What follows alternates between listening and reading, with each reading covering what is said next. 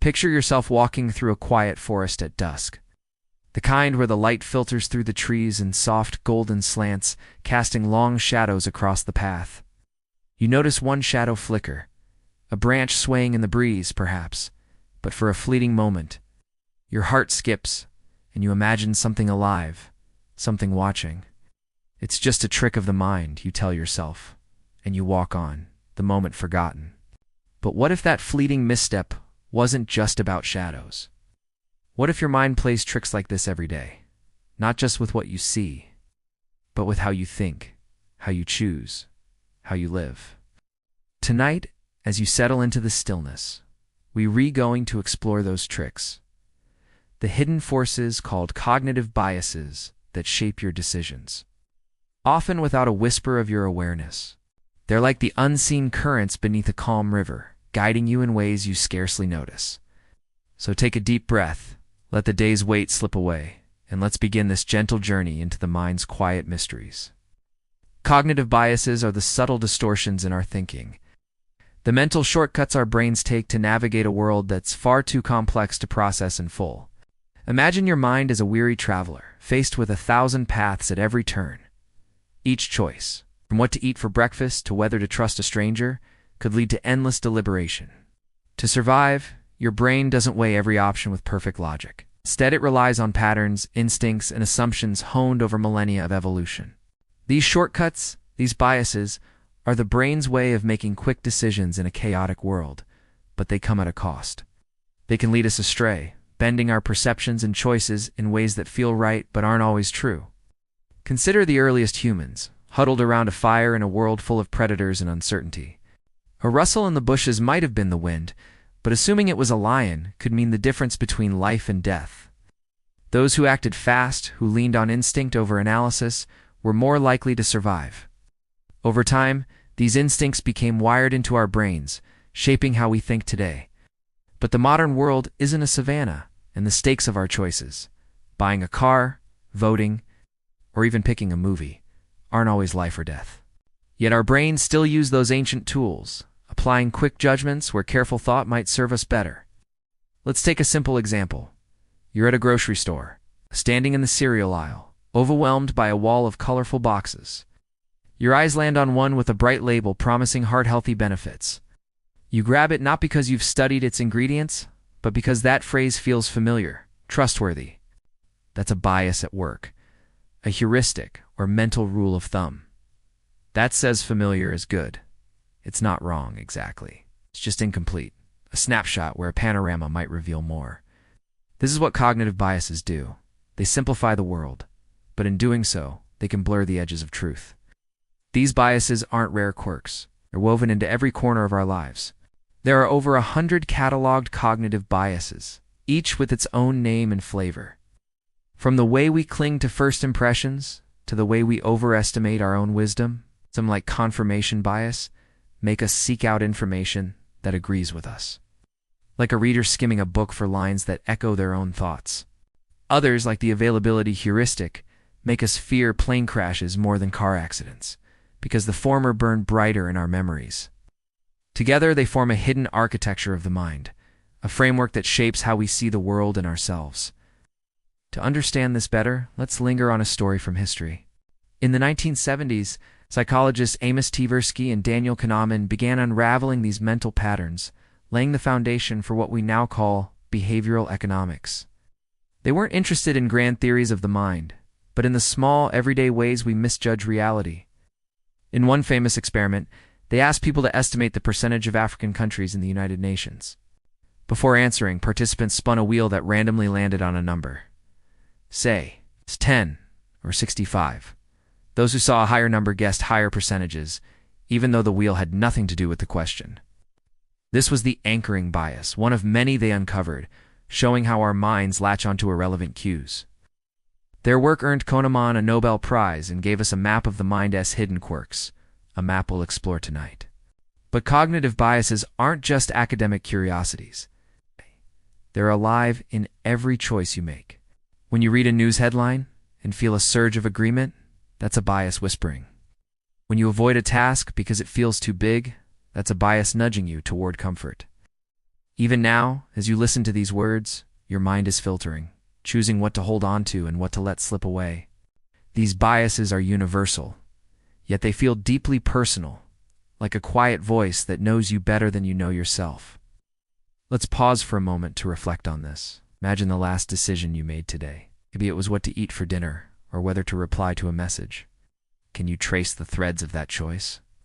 Did it feel entirely your own, or did some unseen force, a memory, a feeling, a fleeting thought, guide your hand? As you breathe slowly, let that question linger, soft and unhurried, like a leaf drifting on a stream. The implications of cognitive biases stretch far beyond a single choice or moment. They touch every part of our lives, from the mundane to the profound, shaping not just what we do, but who we are. These biases are like the stars in a night sky, often unnoticed, yet always there, guiding our path in ways we rarely question. They influence how we vote, who we love, what we fear, and even how we dream. But their quiet power raises deeper questions. If our choices are swayed by these hidden forces, how free are we? Are we the authors of our lives, or are we partly scripted by the mind's ancient habits? Consider how biases ripple through our relationships. When you meet someone new, your brain doesn't wait for a full picture. It grabs the first detail, a smile, a tone, a stray comment, and builds a story around it. If that story feels good, you trust. If it feels off, you withdraw. This is the halo effect, where one trait colors your view of the whole person. It's why a charming stranger might seem wise, or a nervous one might seem untrustworthy, even if the truth is more complex. These snap judgments can spark friendships or feuds, all before we've had time to think. And yet, they feel so natural, so right, that we rarely pause to question them. On a larger scale, biases shape societies. In politics, confirmation bias turns debates into echo chambers, where we seek voices that mirror our own and dismiss the rest as noise. In markets, the bandwagon effect drives trends, from viral apps to stock market bubbles, as we follow the crowd without asking why. Even in science, meant to be a bastion of objectivity, biases creep in. Researchers might favor data that fits their hypotheses, subtly skewing the truth. These patterns don't just guide individuals, they move the world, often in ways we only see in hindsight. But there's a paradox here, one that makes cognitive biases both fascinating and unsettling. They're flaws, yes, but they're also gifts. Without them, we'd be paralyzed by the weight of every choice. Imagine trying to pick a cereal. If you analyzed every ingredient, every price, every brand's history. You'd stand in that aisle forever. Biases let us act, move, live. They're the mind's way of cutting through the noise, even if they sometimes cut too much. The question I ascend to whether biases are good or bad. It's whether we can learn to see them, to step back and question the stories they tell us. This awareness is where the real mystery lies. Knowing about cognitive biases doesn't erase them. They're too deeply woven into our minds. But it's like learning the rules of a game you're already playing. You start to notice the moves, the patterns, the moments where you might choose differently. It's a quiet kind of power, not to outsmart your brain, but to dance with it, to understand its rhythms and quirks. And in that understanding, there's a strange beauty, a reminder that our minds, for all their flaws, are marvels, stitching together a world from fragments of light and shadow. Let's linger on that thought for a moment. Picture your mind as a vast starlit sky, each bias a constellation, guiding you through the dark. Some lead you true, others astray, but all are part of the map you carry. As you breathe, slow and steady, let that image settle in your thoughts, a quiet wonder to carry into the night.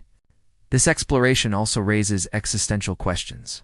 Biases shape our reality. What is reality? Is it the world as it is, or the world as we see it, filtered through these mental lenses?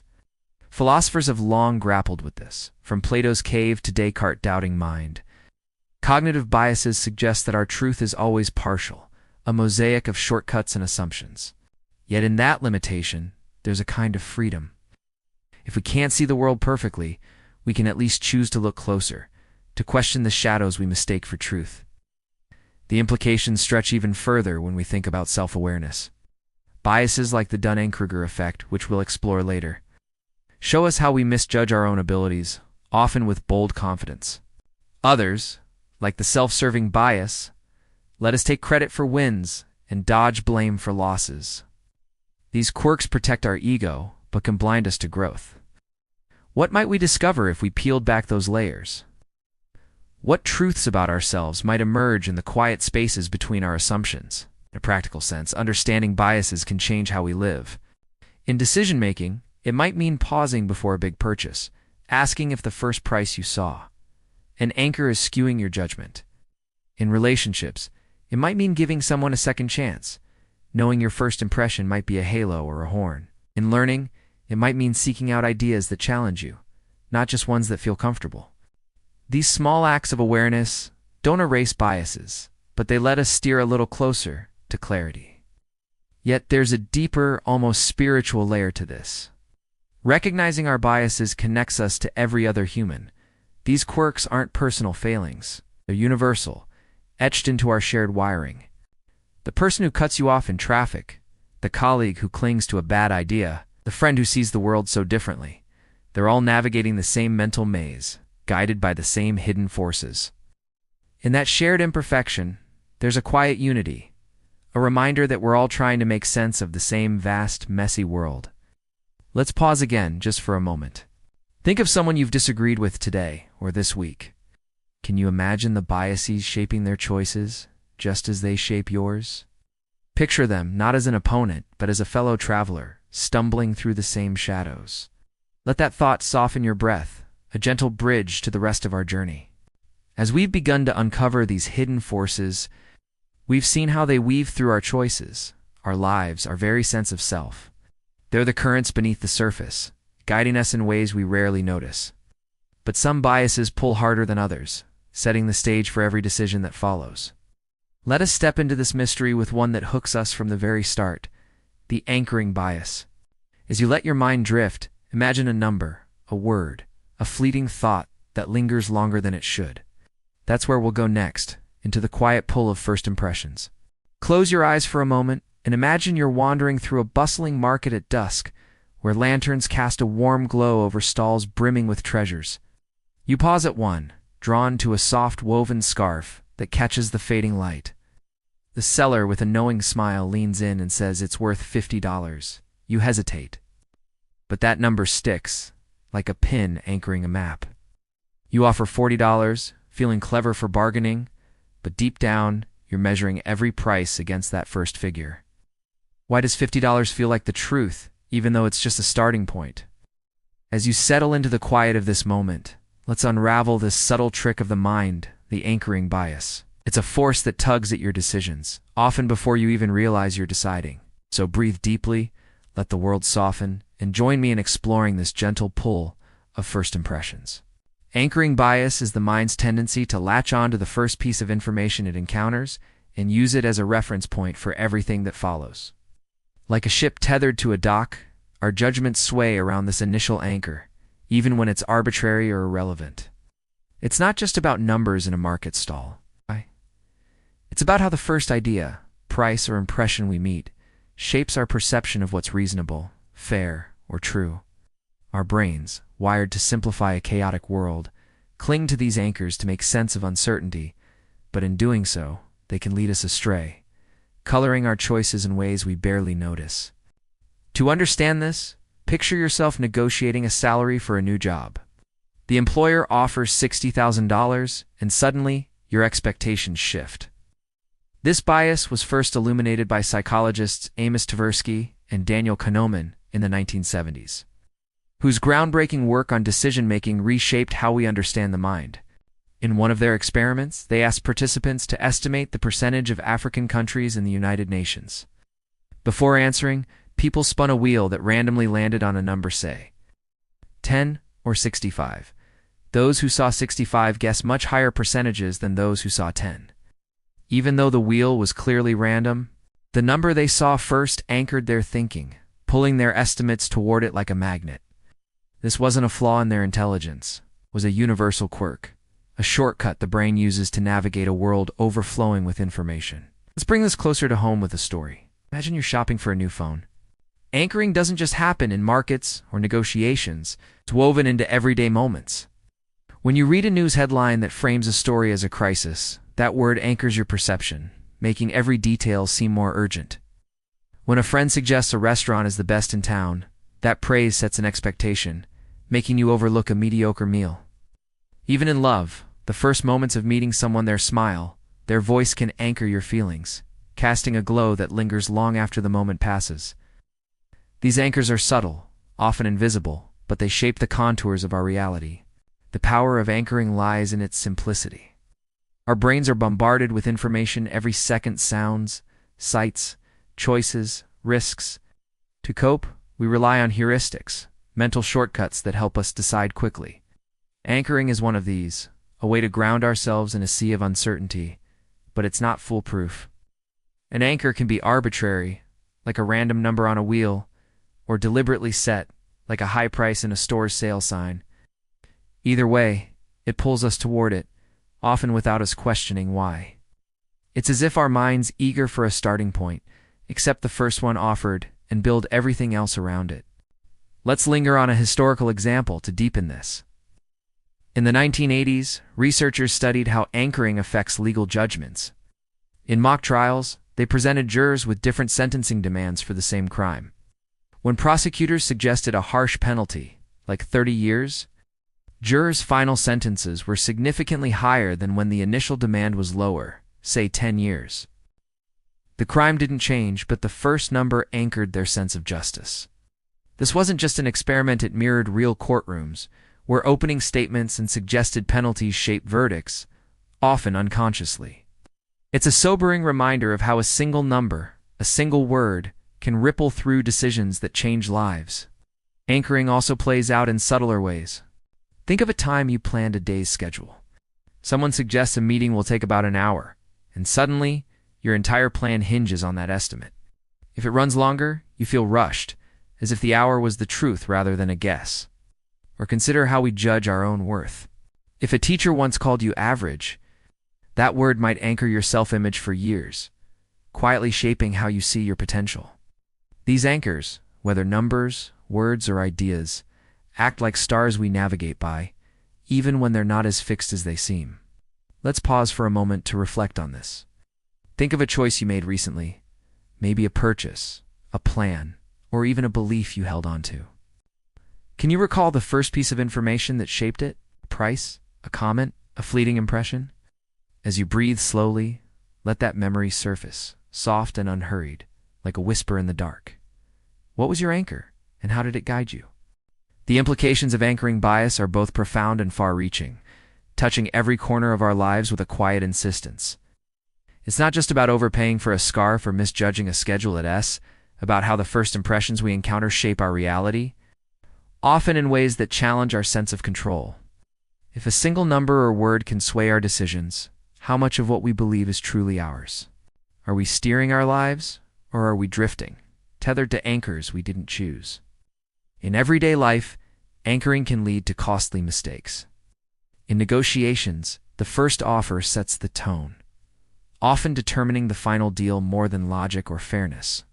A seller who starts high can make a lower counteroffer seem generous, even if it's still above market value. In stores, original prices on sale tags anchor us to believe we're getting a deal, even when the discount is inflated.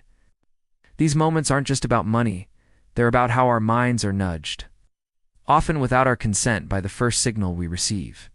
It's a subtle form of influence, one that marketers, politicians, and even friends wield, sometimes without realizing it. But anchoring's reach goes deeper into the fabric of how we understand the world. In science, an initial hypothesis can anchor researchers, making them favor data that fits and overlook what doesn't. In history, the first narrative of an event like a war or a discovery can shape how generations see it, even if later evidence tells a different story. These anchors don't just guide individuals, they shape cultures, policies, and truths we hold as self-evident. It's a humbling thought. The starting point of a story, whether it's a number or an idea, can ripple across time, bending what we accept as real. This raises a philosophical question. If our decisions are anchored by first impressions, How free are our choices? Free will assumes we weigh options rationally. But anchoring suggests we're swayed by what comes first, not necessarily what's true. Not that we're puppets. Our minds still wrestle with the anchor, just in questioning, but it's a reminder that our freedom is bounded, shaped by the invisible tethers of our psychology. This tension between choice and influence is what makes anchoring so fascinating. It's not a flaw to overcome, but a feature of being human, a reminder of our mind's need for simplicity in a world of endless complexity. Yet there's a paradox in anchoring's power. It can mislead us, but it also helps us function. Without anchors, we drown in indecision, paralyzed by the infinite variables of every choice. Imagine buying a car without a starting price, or meeting someone without a first impression to guide you. Anchors give us a foothold, a way to navigate the chaos. The trick lies in recognizing when they're arbitrary or manipulative. And the $1.50 scar for the brilliant friend is less about truth and more about the frame we were given. Awareness doesn't erase the bias, but it lets us question the dock we're tethered to, maybe even cast off for a moment to see where the current takes us. In relationships, anchoring can be both a bridge and a barrier. That first moment you meet someone, a warm laugh, a shy glance sets an anchor that colors every interaction.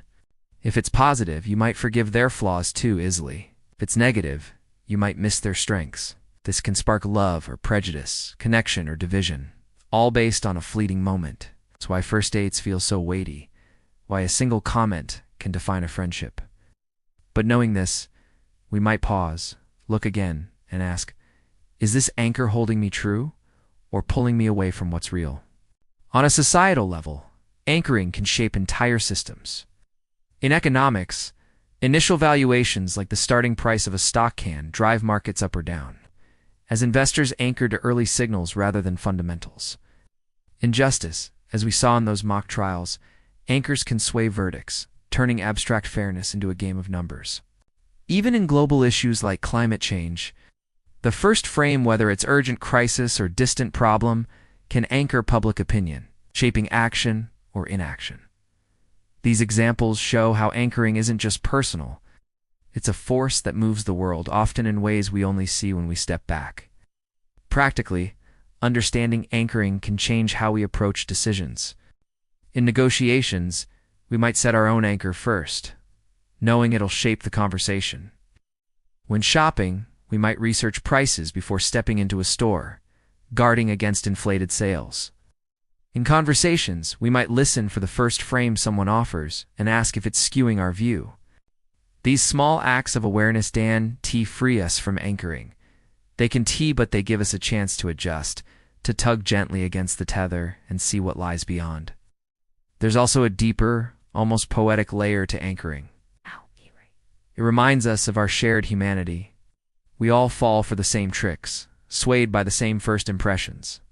The seller in the market, the juror in the courtroom, the lovers struck by a glance, they're all anchored, just like you. This universality binds us, a quiet thread connecting our imperfect minds. It's a humbling thought, one that softens the edges of our differences and invites us to see ourselves in others. Let's pause for a moment to let this sink in. Think of a time you felt certain about a choice, a purchase, a judgment, a belief. Can you trace it back to the first thing you heard or saw? Picture that anchor glowing softly in your mind and ask, did it guide you or did it hold you back? As you breathe, slow and steady, let that question drift, a gentle ripple in the stillness of the night. As we've explored the quiet pull of anchoring, we've seen how a single number, word, or moment can shape our choices, tethering us to a starting point we rarely question. It's a subtle force, but it's only one of many that guide us. While anchors set the stage, another bias locks us into place, making us cling to what we already believe. Let's drift into that next, into the gentle but stubborn grip of confirmation bias. As you relax, imagine a belief you hold dear, and let's explore what happens when the mind seeks only what agrees with it. Imagine a detective in an old, dimly lit office, hunched over a cluttered desk, piecing together a case. The suspect's face is pinned to a corkboard, surrounded by threads connecting clues, photographs, witness statements, a single fingerprint. The detective is certain this is the culprit. So every new piece of evidence is scrutinized for proof of guilt, while anything that points elsewhere is brushed aside, a mere distraction. The case feels airtight, but what if the truth lies in the shadows the detective refuses to see? As you settle into the quiet of this moment, let's explore a force that shapes us all in much the same way: confirmation bias. It's the mind's gentle but stubborn habit of seeking what agrees with us, weaving a story that feels true but may hide a deeper reality. So, take a slow breath, let the world fade, and join me in this soft unraveling of how we see only what we want to see. Confirmation bias is the mind's tendency to seek, interpret, and remember information in a way that reinforces our existing beliefs, while dismissing or downplaying anything that challenges them.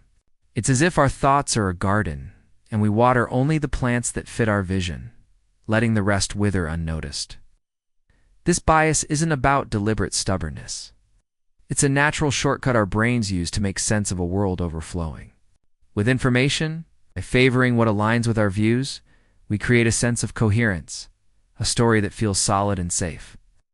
Even if it's incomplete, picture yourself scrolling through social media, where posts about a topic you care about, say, a political issue or a health trend, catch your eye. You click on the ones that echo your thoughts, nodding as they confirm what you already believe. The posts that disagree, you scroll past, maybe with a flicker of annoyance, or you reinterpret them to fit your narrative. This is confirmation bias at work, quietly curating your world. It's not just online, it shapes how you argue with a friend, choose a news source, or even recall a memory, tilting the lens toward what feels familiar. This bias has deep roots tied to our survival. Long ago, early humans relied on quick judgments to navigate threats and alliances. If a group believed a certain path was safe, they'd seek signs to confirm it familiar tracks. Clear skies because doubting every step could mean hesitation, and danger. Those who stuck to their beliefs, even imperfect ones, often fared better than those paralyzed by uncertainty. Today, we don't face saber-toothed cats, but our brains still lean on this instinct, clinging to what feels certain in a world of endless opinions and data to see this in action. Let's consider a classic study from the 1950s by psychologist Leon Festinger. He explored a group who believed the world would end on a specific date, led by a charismatic leader. When the day passed and the apocalypse didn't come, most members didn't abandon their faith. Instead, they reinterpreted the event, claiming their belief had saved the world. This wasn't denial in the usual sense. It was confirmation bias, reshaping reality to protect their core conviction. The mind, Festinger showed, will bend over backward to preserve what it holds dear, even in the face of contradiction.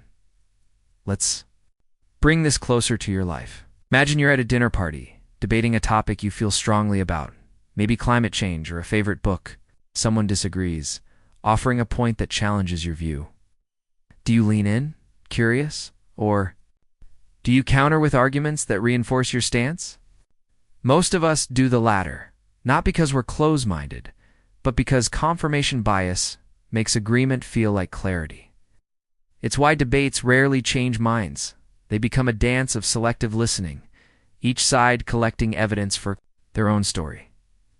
This bias doesn't just shape arguments, it filters how we process the world.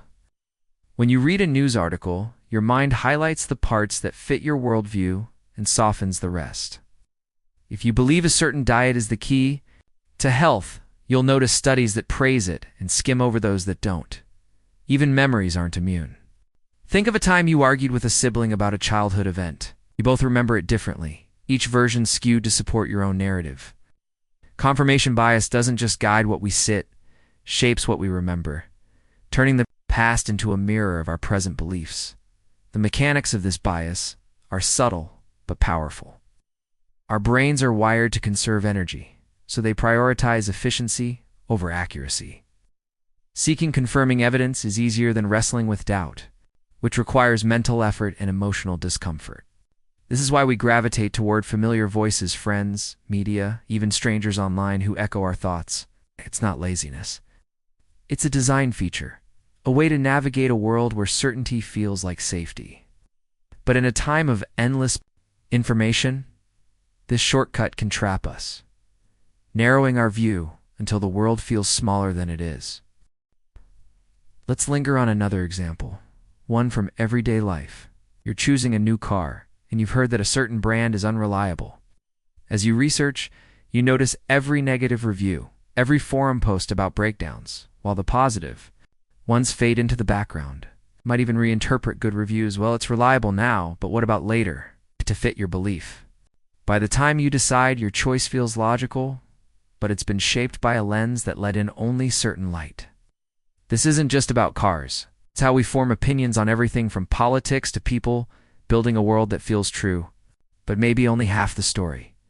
Confirmation bias also thrives in groups.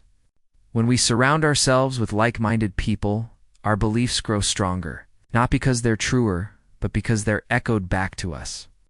This is called groupthink, a cousin of confirmation bias, where a community reinforces its own narrative, dismissing outside perspectives. Think of a tight-knit fan base defending a movie or a political group rallying around a cause.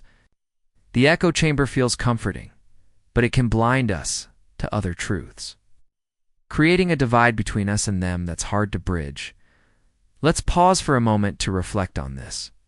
Think of a belief you hold dear, something you're sure of, a political stance, a personal value, a judgment about someone.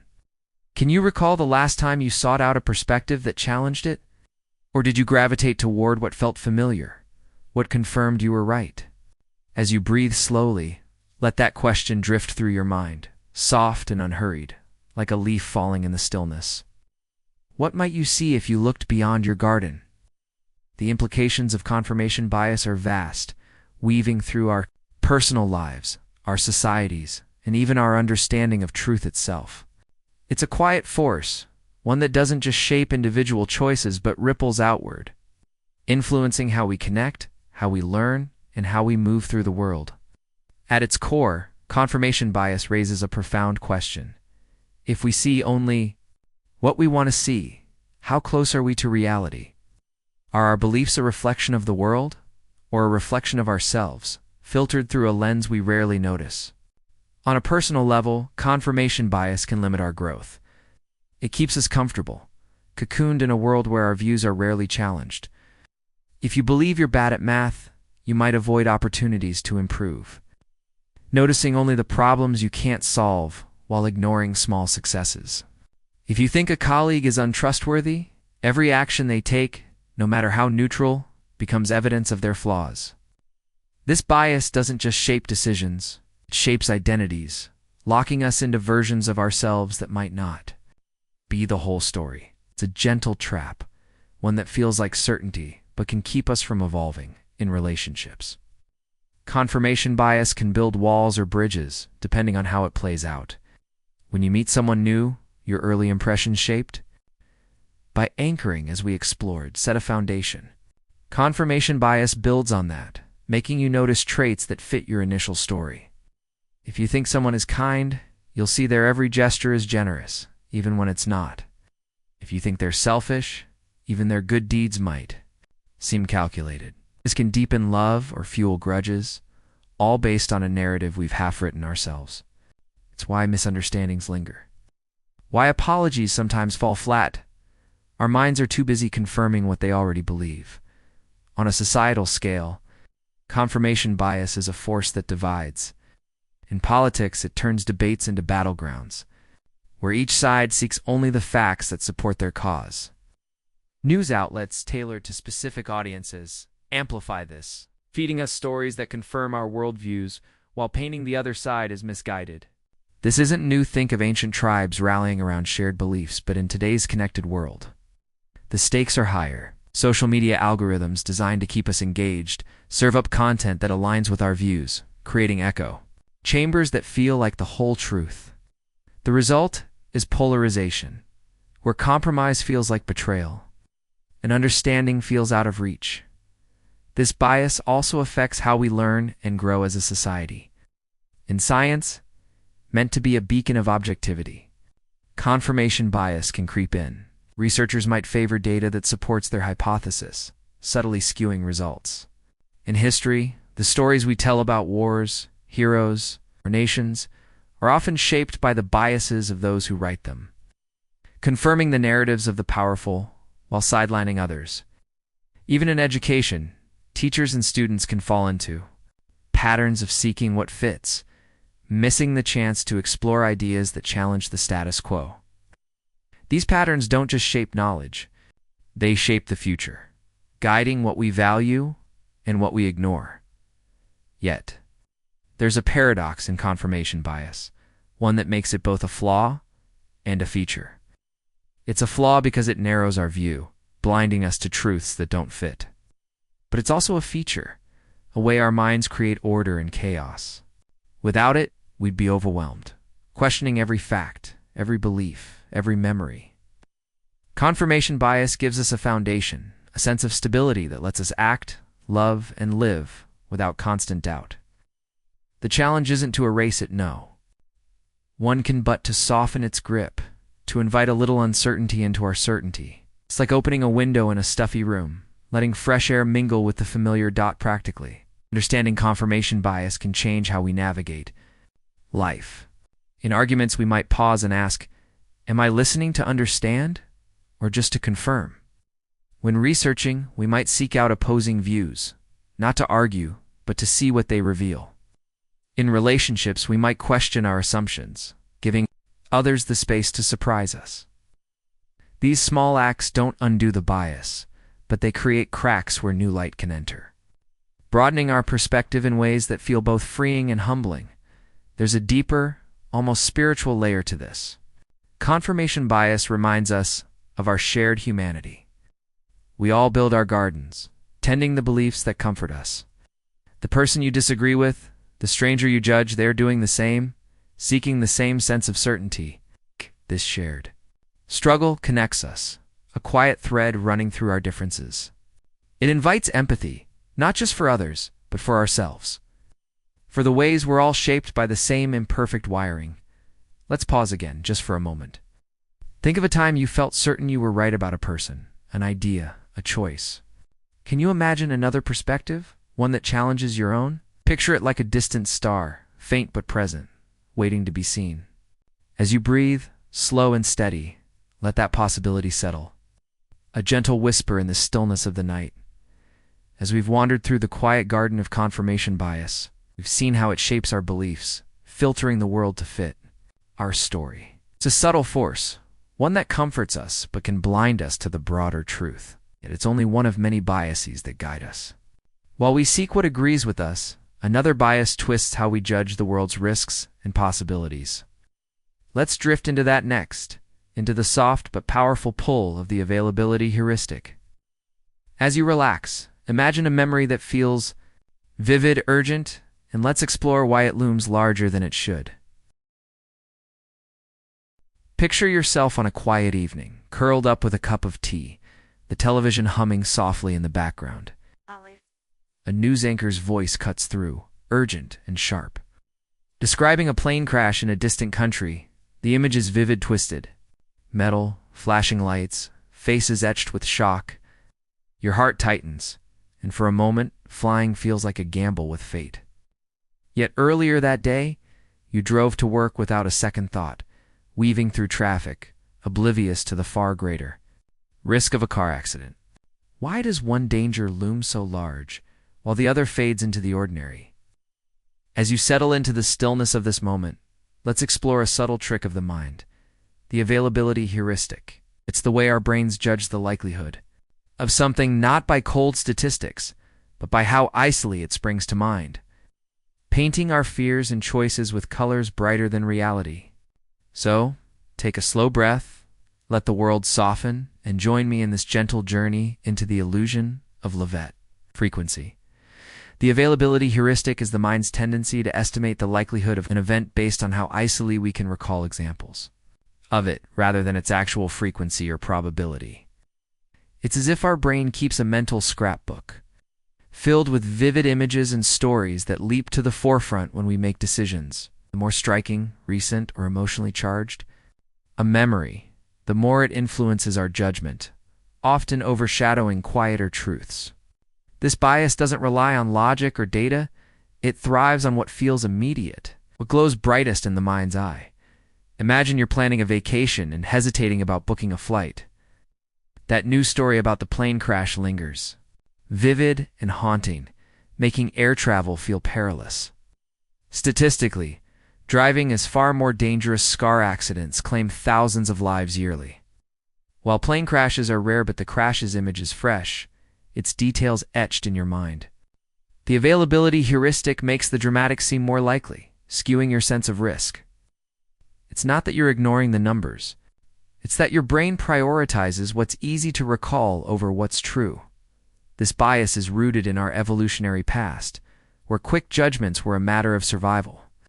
For early humans, a vivid memory of a snake bite or a failed hunt wasn't just a story, it was a warning, signal to avoid danger. Those who paid attention to memorable events, even if they were rare, were more likely to survive.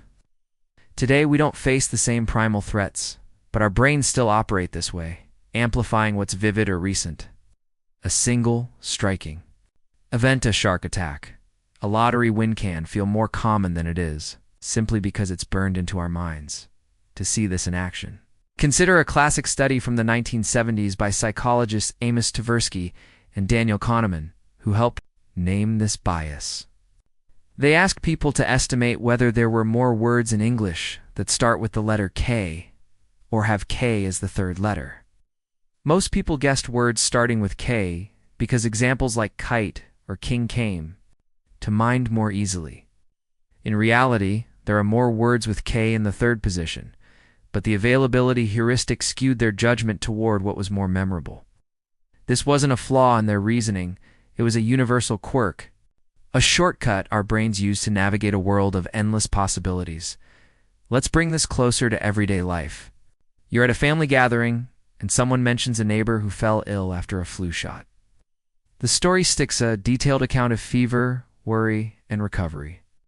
Later, when deciding whether to get vaccinated, that story looms large, making side effects seem common, even though data shows they're rare. The availability heuristic doesn't care about percentages. It cares about what's vivid, what feels close. It's why we overestimate the risk of rare tragedies like terrorist attacks, while shrugging off common dangers like heart disease, which claims far more lives but lacks the same emotional punch. This bias thrives on media and storytelling. News outlets, driven by attention, focus on dramatic events, plane crashes, violent crimes, natural disasters, because they grip us. These stories become the mental images we draw on when judging risks, making rare events feel frequent. Social media amplifies this, with viral posts about freak accidents or miracle cures spreading faster than dry statistics. Even personal anecdotes carry weight. If a friend warns you about a bad restaurant, their story of food poisoning overshadows 100 glowing reviews. Tilting your choice without you questioning why, the availability heuristic also shapes how we see ourselves. If you bomb a presentation, that memory burns bright, making you feel less competent than you are. Conversely, a single glowing compliment can inflate your confidence, as it's the moment you recall most vividly. These mental snapshots don't reflect reality. They reflect what's easiest to retrieve. What carries the most emotional weight? It's as if our minds are storytellers, crafting narratives from the most striking scenes, even if they're not the whole story. Let's linger on another example. You're watching a crime drama, where every episode ends with a dramatic courtroom twist. Later, when discussing a real legal case, you might overestimate the likelihood of a surprise verdict, because those fictional scenes are so vivid. Or think of a time you heard about a friend's lottery win. The story sparkles celebrations, dreams fulfilled, and suddenly, buying a ticket feels like a smarter bet than it is. The odds haven't changed, but the availability heuristic makes the impossible feel within reach. This bias isn't just about risks or rewards. It shapes our beliefs about the world. If you see a string of negative headlines about a certain group, those stories become your mental shorthand, making stereotypes feel like facts. If a colleague shares a vivid tale of workplace betrayal, you might start seeing deceit in every interaction, even when it's not there. The availability heuristic doesn't just skew probabilities, it colors our entire worldview, building it from the memories that shine brightest. Let's pause for a moment to reflect on this. Think of something you fear or hope for, a risk you avoid, a dream you chase. Can you trace it to a memory, a story, a moment that stands out? Is it guiding you because it's true or because it's vivid? As you breathe slowly, let that question drift through your mind, soft and unhurried, like a star blinking in the night sky. The implications of the availability heuristic are profound, weaving through our decisions, our fears, and our understanding of the world. It's a quiet force, one that doesn't just shape how we assess risks, but influences how we live, connect, and dream. By prioritizing what's vivid over what's true, this bias raises a haunting question.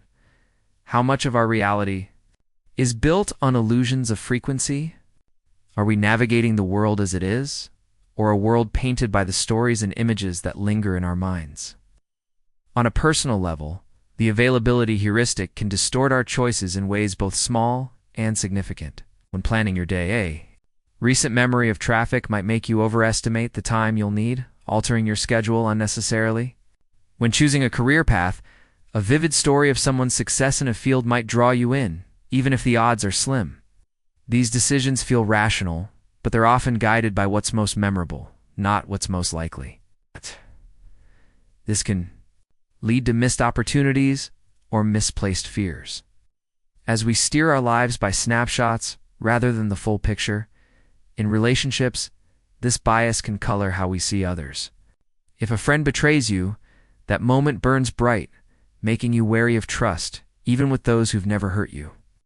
Conversely, a single act of kindness can make someone seem flawless, as their good deed overshadows subtler flaws. These vivid impressions shape our bonds, sometimes leading to mistrust or blind devotion based on a single striking memory. It's why grudges linger and crushes bloom. Our minds cling to what stands out, not what's balanced. On a societal level, the availability heuristic drives collective behavior, often with far-reaching consequences. Media plays a central role, amplifying rare but dramatic events. A single shark attack can empty beaches, even though the risk is minuscule compared to drowning. A viral story about a medical mishap can fuel vaccine hesitancy, despite overwhelming evidence of safety. These stories don't just inform, they anchor our sense of what's common, shaping public opinion and policy. The 1980s, for example, sensationalized coverage of violent crime in the U.S. led to tougher laws and mass incarceration. Even as crime rates were complex and varied, the vividness of crime stories made danger feel ubiquitous. Driving decisions that reshaped society, this bias also affects how we learn and grow as a collective. In science, researchers might focus on hypotheses tied to memorable results, overlooking less flashy but more accurate data. In history, vivid events like a single battle or speech can dominate our understanding, sidelining quieter but equally important trends. Even in education, teachers might emphasize dramatic examples to engage students, inadvertently skewing their sense of what's typical. These patterns don't just shape knowledge, they shape what we value, what we fear, and what we strive for as a society. There's a paradox at the heart of the availability heuristic, one that makes it both a flaw and a necessity. It's a flaw because it distorts reality, making rare events feel common and quiet truths feel distant. But it's also a necessity, a way our minds cope with an overwhelming world. Without it, we'd be paralyzed trying to calculate every risk way, every possibility. The heuristic lets us act, decide, and move forward, even if it's with an imperfect map. The challenge lies in recognizing when vividness trumps truth, when a single story overshadows the broader reality practically. Understanding this bias can shift how we approach decisions. When assessing risks, we might pause to check statistics, not just rely on the stories that come to mind. When forming opinions, we might seek out less dramatic but more reliable sources, balancing the vivid with the factual. In conversations, we might ask ourselves, am I reacting to what's likely or what's memorable? These small acts of awareness don't eliminate the bias, they can't, but they help us see beyond the brightest lights, toward a clearer view of the world. there's a deeper, almost poetic layer to this. The availability heuristic reminds us of our shared humanity, our shared vulnerability to stories that grip us. The person who fears flying is the friend who chases a dream based on a single success. They're guided by the same mental shortcuts as you. This universality connects us, a quiet thread running through our fears and hopes. It invites us to approach others with empathy, knowing we're all swayed by the same vivid illusions. This bias also raises philosophical questions about truth and perception. If our sense of likelihood is shaped by what's memorable, how do we know what's real? Philosophers like David Hume have long argued that our understanding of the world is built on impressions, not certainties. The availability heuristic suggests our reality is a collage of vivid moments, not a perfect reflection of the world. Yet, in that imperfection, there's freedom, the freedom to question, to look beyond the stories that leap to mind, to seek a truth that's broader than our first impressions. Let's pause again, just for a moment. Think of a fear that holds you back or a hope that drives you forward. Can you see the story behind it? The vivid moment that made it feel so real? Picture it like a flame in the dark, bright but fleeting. As you breathe, slow and steady, let that image settle. Gentle reminder that not all that shines is true. As we've wandered through the vivid illusions of the availability heuristic, we've seen how our minds amplify what's memorable, shaping our fears and choices with a quiet but powerful hand. It's a subtle force, one of many that guide us through the haze of decision-making. While we overestimate what's vivid, another bias distorts how we see ourselves and our abilities. Let's drift into that next, into the curious confidence of the Dunning-Kruger effect. As you relax, imagine a moment you felt certain of your skill. Let's explore what happens when we don't know what we don't know. Imagine yourself at a lively gathering, the air thick with conversation and laughter, glasses clinking softly in the candlelight. Across the room, someone holds court, their voice ringing with certainty as they explain a complex topic, perhaps the economy or a scientific theory with bold, unwavering conviction. Heads nod, drawn to their confidence. But as you listen, you notice gaps, errors, simplicity that betrays their shallow grasp. They don't seem to notice, carried by a certainty that feels almost contagious. Yet in the quiet corner of your mind, you wonder, why are they so sure when they know so little? As you settle into the stillness of this moment, let's explore a peculiar quirk of the mind. The Dunning-Kruger effect. It's the strange dance of confidence and ignorance, where those who know the least often feel the most certain. So, take a slow breath, let the world fade, and join me in this gentle unraveling of the confidence of the incompetent. The Dunning-Kruger effect is a cognitive bias where people with limited knowledge or skill in a particular area overestimate their abilities, while those with greater expertise tend to underestimate theirs. It's a paradox of self-awareness. The less you know, the less you realize you don't know, leading to inflated confidence.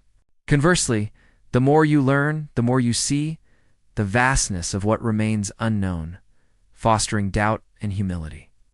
This effect isn't about arrogance or stupidity.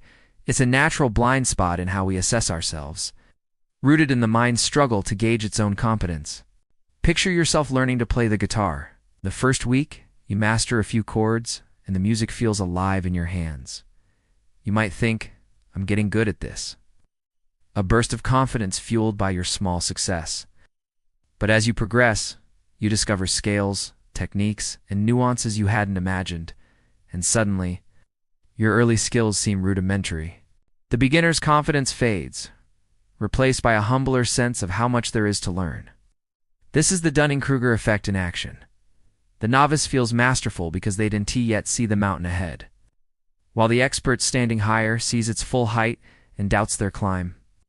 This bias was named after psychologists David Dunning and Justin Kruger, who explored it in a 1999 study. They asked participants to perform tasks like logical reasoning or grammar tests, then estimate their performance. Those who scored lowest consistently rated themselves highest, often believing they were above average. Meanwhile, top performers underestimated their skills, aware of the complexities others missed. The study revealed a striking pattern. Incompetence blinds us to itself, while competence brings clarity and doubt. It's not that the unskilled are delusional, they simply lack the knowledge to see their limits. Let's bring this closer to everyday life. Imagine a colleague leading a project, brimming with confidence as they outline a plan. Their ideas are bold, but flawed, missing key details an expert might spot. They're not trying to mislead, they genuinely believe they've cracked it, unaware of the gaps in their understanding. Meanwhile, a quieter teammate with years of experience hesitates to speak, second-guessing their own suggestions despite their depth of knowledge. The Dunning-Kruger effect creates this contrast. The novice's certainty drowns out the expert's caution, shaping decisions in ways that ripple through teams, workplaces, and lives. This bias thrives because self-assessment is tricky. To judge your own skill, you need the very expertise you lack.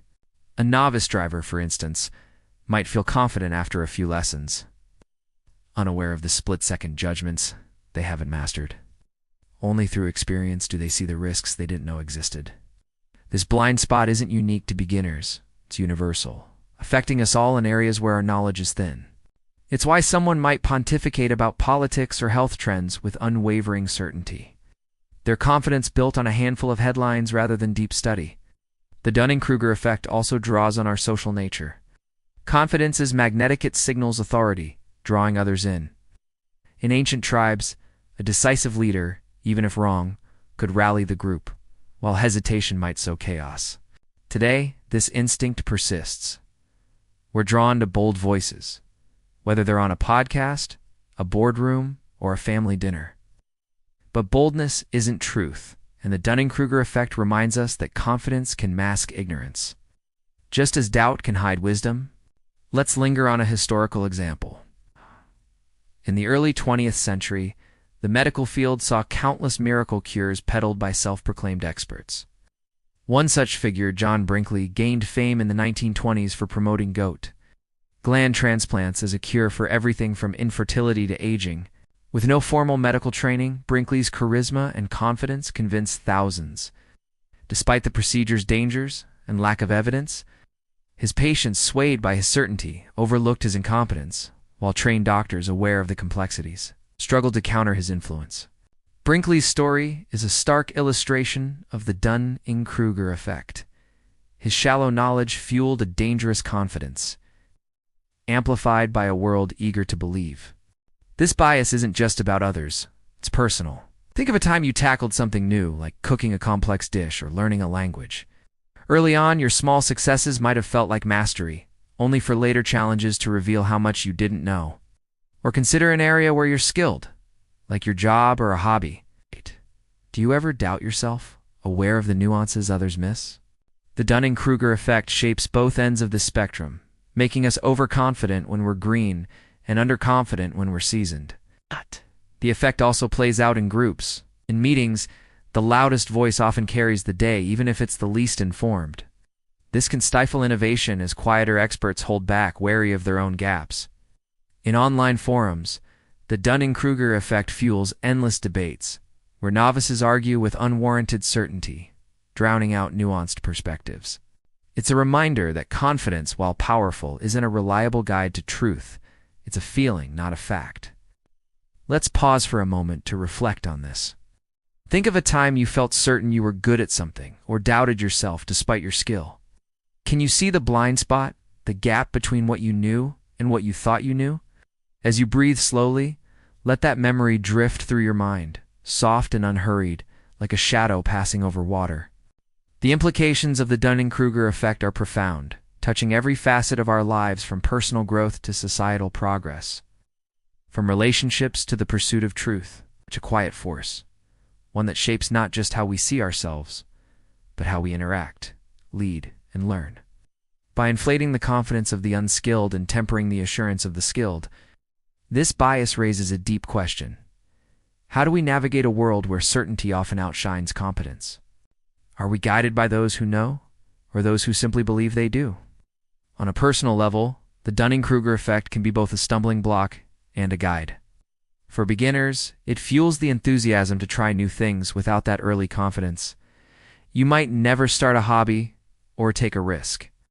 But it can also lead to overreach, like taking on a project you're not ready for. only to falter when the gaps in your knowledge surface. Recognizing this bias doesn't mean stifling your ambition. It means tempering it with curiosity, a willingness to learn what you don't yet see. For experts, the effect self-doubt can be paralyzing, keeping you from sharing your wisdom. But it's also a gift, a reminder to stay humble, to keep growing in a world that's always larger than your grasp. In relationships, this bias can create tension or harmony depending on how it's navigated. Imagine a friend who's new to a skill, say photography, and brags about their natural talent after a lucky shot. Their confidence might inspire you, but it could also grate if it overshadows your own hard-earned expertise. Conversely, a mentor who doubts their own mastery might hold back advice, leaving you without guidance. The Dunning-Kruger effect shapes these dynamics, making us misjudge each other's abilities and intentions. Awareness can bridge this gap, encouraging patience with novices and coaxing experts to speak up. On a societal level, the Dunning-Kruger effect has far-reaching consequences. In leadership, it can elevate charismatic but unqualified voices, as we saw with figures like Brinkley. Politicians, pundits, or influencers who speak with unwavering certainty often gain followings, even when their grasp is shallow. This can shape policies, sway elections, or spread misinformation, as bold claims drown out nuanced truths. In the 2010s, for instance, social media amplified self-proclaimed health experts promoting fad diets or unproven cures, their confidence drawing millions despite lacking scientific backing. The effect doesn't just mislead individuals, it shapes the collective, guiding us toward voices that shine brightest, not truest. This bias also affects how we learn and innovate. In workplaces, overconfident novices might push flawed ideas, while cautious experts hesitate, fearing they're not ready. This can stall progress, as teams prioritize certainty over competence. In science, the Dunning-Kruger effect can lead researchers to overestimate early findings, rushing to conclusions before they see the full complexity. Even in education, students who overestimate their grasp might disengage, thinking they've got it, while those who doubt themselves might work harder, ultimately learning more. These dynamics shape what we discover, what we teach, and what we leave behind. There's a paradox in the Dunning-Kruger effect, one that makes it both a challenge and a mirror. It's a challenge because it distorts our self-perception, leading to errors and missed opportunities. But it's also a mirror, reflecting our shared struggle to know ourselves. The novice's confidence and the expert's doubt are two sides of the same coin. Both are flawed, both are beautiful in their imperfection. The key isn't to eliminate this bias, no one can, but to embrace it as a guide. Reminder to question our certainty and seek the humility that comes with growth. Practically, understanding the Dunning-Kruger effect can change how we approach life. When you're new to something, you might pause before declaring mastery, asking, "What don't I know yet?" When you're skilled, you might push past self-doubt, recognizing that your hesitation is a sign of depth, not weakness. In conversations, you might listen more to quieter voices, knowing they often carry hidden wisdom. Small acts don't erase the bias, but they help us navigate it, balancing confidence with curiosity, certainty with openness. There's a deeper, almost spiritual layer to this. The Dunning-Kruger effect connects us through our shared imperfection. The person who boasts without knowing, the expert who doubts despite knowing they're both you, at different moments, in different domains. This universality invites empathy, not just for others but for yourself, for the ways you're shaped by the same blind spots. It's a reminder that growth isn't about being right to it, S about being willing to see where you wrong. This bias also raises philosophical questions about knowledge and truth. If ignorance breeds confidence and expertise breeds doubt, how do we find certainty? Philosophers like Socrates argued that true wisdom lies in knowing you know nothing, a sentiment echoed in the Dunning-Kruger effect. Our confidence, whether inflated or tempered, is a fleeting guide, a shadow of the truth we seek. Yet in that uncertainty, there's freedom, the freedom to learn, to question, to grow beyond the limits we don't yet see. Let's pause again, just for a moment. Think of a time you felt sure of your skill, or doubted yourself despite your strength. Can you see the mountain you didn't know was there, or the peak you've climbed without realizing? As you breathe, slow and steady, Let that image settle, a gentle whisper of your own unfolding journey. As we've explored the curious dance of the Dunning-Kruger effect, we've seen how confidence and competence can drift apart, shaping our choices with a quiet but powerful hand. It's a subtle force, one of many that guide us through the haze of self-perception.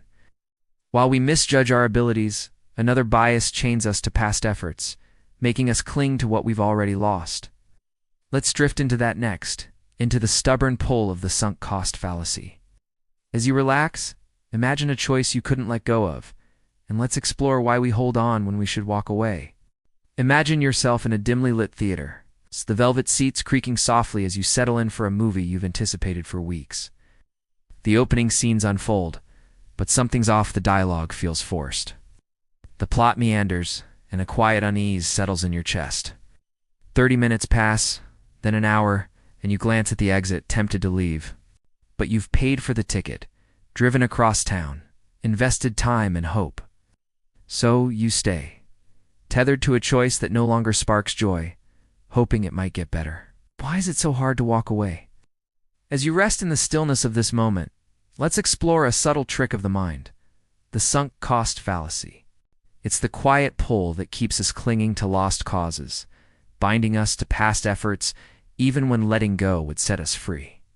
So, take a slow breath, let the world soften, and join me in this gentle unraveling of why we hold on when we should release. The sunk cost fallacy is a cognitive bias where we continue investing time, money, or energy into something.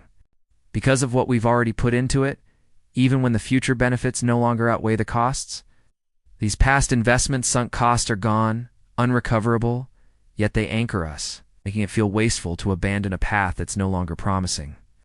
It's not about logic, it's about emotion, a reluctance to admit that what we've given can't be reclaimed, a hope that one more step might redeem the journey. Picture yourself renovating an old house, pouring savings into repairs, new wiring, a patched roof, endless cans of paint. Months in, the costs soar, and the house still creaks with problems. A fresh start elsewhere might be wiser, but the thought of wasting all that effort keeps you hammering away. The sunk cost fallacy whispers that quitting means losing what you've spent, even though staying might cost you more. It's a trap of the heart, not the head, binding you to a choice that no longer serves you. This bias has roots in our evolutionary wiring. For early humans, resources like food or shelter were scarce, and abandoning a hunt or a camp after significant effort could mean starvation. Those who persisted, even against slim odds, sometimes reaped rewards, passing on a tendency to stick with what they'd started. Today, the stakes are different: movies, projects, relationships. But our brains still cling to this instinct, treating past investments like anchors we can't lift. The sunk cost fallacy thrives in a world where letting go feels like failure, where persistence is praised even when it's misguided. To see this in action, consider a study from the 1980s by psychologists Hal Arks and Catherine Bloomer. They gave participants imaginary scenarios, like investing in a failing company or continuing a flawed research project. Those told they'd already spent significant resources were far more likely to keep investing, even when the project was doomed. The sunk cost of money effort clouded their judgment, making abandonment feel like betrayal. This wasn't irrational in the moment. It was human, a reflection of how deeply we tie our choices to what we've already given. Let's bring this closer to your life. Think of a time you stayed in a job you disliked, not because it was fulfilling, but because you'd spent years climbing its ladder. Or a hobby like learning an instrument, where you kept practicing out of duty to the hours you'd logged? Not joy. The sunk cost fallacy doesn't just trap us in big decisions, it weaves through small ones, too. You might finish a book you hate because you're halfway through, or eat a meal you don't enjoy because you paid for it. These moments feel trivial. They reveal a pattern. Our minds weigh the past heavier than the future, holding us to paths we might otherwise leave. The fallacy is amplified by emotion and identity. When we invest in something, a business, a relationship, a dream, it becomes part of who we are. Walking away doesn't just mean losing time or money. It feels like losing a piece of ourselves. This is why we stay in faltering relationships, hoping one more conversation might fix things. Or keep a struggling side hustle, convinced the next sale will turn it around. The sunk cost fallacy binds us to these choices, not because they're wise, but because they're ours. Woven into the stories we tell about our lives, social pressures also play a role. We're taught to value grit, to see quitting as weakness. In a culture that celebrates never giving up, the sunk cost fallacy finds fertile ground. Think of an entrepreneur pouring savings into a failing startup, not just for profit, but to prove they didn't waste years of effort. Or a student slogging through a degree they no longer want, driven by the years already spent. Society's applause for perseverance can drown out the quiet wisdom of letting go, making the fallacy feel like virtue. Let's linger on a historical example. In the 1960s and 1970s, the United States deepened its involvement in the Vietnam War, despite mounting evidence that victory was unlikely. Leaders cited the lives lost, the money spent, and the political capital invested as reasons to continue, fearing that withdrawal would render those costs wasted. By 1975, when the war ended, over 58,000 American lives and billions of dollars were lost, much of it driven by the sunk cost fallacy. The past held decision-makers captive, a sobering reminder of how this bias can shape not just personal choices, but the course of nations. The sunk cost fallacy also thrives in everyday settings. In business, companies pour funds into failing products hoping to recoup losses, only to lose more. In personal finance, you might keep a stock that's plummeting, tied to the price you paid, not its future value. Even in leisure, the fallacy nudges you to finish a tedious game or watch a lackluster series, as if leaving midway negates the hours you've spent. These choices, big and small, reflect the same human quirk. We're tethered to what we've given, even when it pulls us under. Let's pause for a moment to reflect on this. Think of a time you held on to something, a project, a plan, a relationship, because of what you'd already invested. Can you feel the weight of those sunk costs, the quiet pull to stay? As you breathe slowly, let that memory surface, soft and unhurried, like a ripple spreading across a still pond. What might have happened if you'd let go? Or the implications of the sunk cost fallacy are vast, weaving through our personal lives, our societies, and our understanding of choice itself. It's a quiet force, one that doesn't just shape individual decisions, but ripples outward, influencing how we grow, connect, and dream. By chaining us to past investments, this bias raises a profound question. Are we living for the future, or are we bound by the ghosts of what we've lost? How much of our path is chosen, and how much is simply endured because of what came before? On a personal level, the sunk cost fallacy can trap us in cycles of regret and wasted effort. Staying in a draining job or relationship because of years invested might seem noble, but it can rob you of time for paths that truly light you up. The fallacy doesn't just cost resources, it costs joy, keeping you tethered to choices that no longer fit.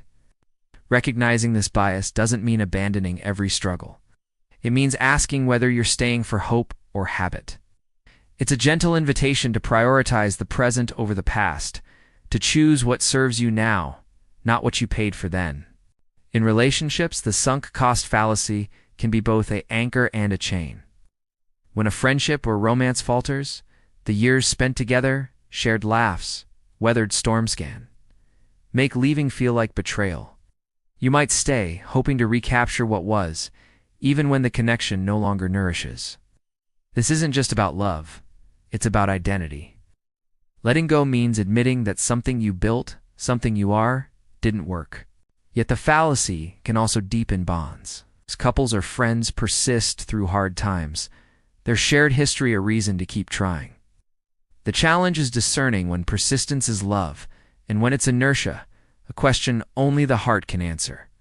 On a societal level, the sunk cost fallacy shapes collective decisions, often with sweeping consequences. In business, companies double down on failing ventures, like the infamous Concorde jet, where billions were spent long after its economic flaws were clear, driven by national pride and past investments. In policy, governments fund outdated programs or prolong conflicts. It's in Vietnam, because abandoning them feels like admitting defeat. These choices don't just waste resources, they shape economies, cultures, and lives, showing how the fallacy's grip extends beyond the individual to the systems we build. This bias also affects how we learn and grow as a society. In science, researchers might cling to flawed theories, tied to years of study, missing new paradigms. In education, students might stick with majors that no longer inspire them, driven by credits earned, not passion. Even in innovation, companies resist pivoting from old technologies. Like Kodak's reluctance to embrace digital photography because of sunk costs in film, these patterns don't just slow progress, they define what we create, what we preserve, and what we leave behind. There's a paradox in the sunk cost fallacy, one that makes it both a trap and a teacher. It's a trap because it binds us to choices that no longer serve, costing us time, energy, and peace. But it's also a teacher, revealing our deep attachment to our past, our fear of loss, our hope for redemption. The fallacy isn't a flaw to erase, it's a mirror, showing us how we value what we've given, even when it's gone. The key is balance, honoring what was without letting it shackle what could be. Practically understanding the sunk cost fallacy can transform how we make decisions. When faced with a struggling project, you might ask, if I were starting today, would I choose this? If the answer is no, the past's weight might be holding you back. In finances, you might sell a losing investment, focusing on future gains, not past losses. In relationships, you might weigh whether staying honors love or merely duty. These acts undo the bias they can tee, but they free you to choose with clearer eyes, guided by what lies ahead, not what lies behind. There's a deeper, almost spiritual layer to this. The sunk cost fallacy connects us through our shared reluctance to let go. The entrepreneur who won't quit, the lover who won't leave, the dreamer who won't stop there, all you, holding on to what was. This universality invites empathy, not just for others, but for yourself, for the ways you're shaped by the same human longing. It's a reminder that freedom isn't about never holding on at about knowing when to release, trusting that what you lose makes space for what you'll find. This bias also raises philosophical questions about choice and loss. If we're swayed by sunk costs, how free are our decisions? Are we authors of our lives or scribes of our past? Philosophers like Jean-Paul Sartre spoke of freedom as a burden, a call to choose despite uncertainty. The sunk cost fallacy suggests our choices are shadowed by what we've given, yet in that shadow lies possibility, the chance to let go, to write a new chapter, to choose the future over the echo of what was. Let's pause again, just for a moment. Think of something you've held on to, a plan, a person, a dream, because of what you'd already given. Can you feel the anchor, the quiet weight of the past? Picture it, like a stone in your hand, heavy but not yours to carry forever. As you breathe, slow and steady, let that image settle, a gentle nudge to release what no longer serves. As we've wandered through the stubborn pull of the sunk cost fallacy, we've seen how our past investments tether us, shaping our choices with a quiet but powerful hand. It's a subtle force, one of many that guide us through the haze of decision-making. While we cling to what we've lost, another bias clouds how we judge others, painting them with a single brushstroke. Let's drift into that next, into the gentle glow of the halo effect. As you relax, imagine someone you admire, and let's explore why one trait can color everything we see. Imagine yourself at a quiet cafe, the air scented with roasted coffee and the soft hum of conversation. Across the room, a stranger catches your warm smile, a confident stride, an effortless charm that seems to light the space. They speak, and their words carry a weight you can't quite explain. Their ideas feel sharper, their presence more trustworthy, all because of that first radiant impression. Later, you learn they made a mistake, perhaps a small one, but it barely dims their glow. Why does one trait cast such a long shadow over everything else? As you settle into the stillness of this moment, let's explore a subtle trick of the mind, the halo effect. It's the way a single quality, like a star in the dusk, can illuminate someone or something, coloring our judgment in ways we scarcely notice. So, take a slow breath, let the world fade, and join me in this gentle unraveling of the glow of a single trait. The halo effect is a cognitive bias where our impression of one positive trait in a person, product, or idea spills over, enhancing our perception of their other qualities, even without evidence. Like a halo, this single attribute creates a glow that bathes everything else in a favorable light, leading us to assume goodness, competence, or value where it may not exist. It's not deliberate favoritism. It's a mental shortcut, a way our brains simplify a complex world by letting one bright detail stand for the whole. The reverse can also occur, a single negative trait casting a shadow, dimming all else, but the halo's positive glow is what we often notice most. Picture meeting a new colleague who's impeccably dressed, their suit crisp, their handshake firm. Their appearance suggests discipline, so you assume they're organized, intelligent, even kind, before they've said a word. If they fumble a task later, you might excuse it as a fluke, their initial glow softening the fault. The halo effect shapes this judgment, letting their style overshadow their skills.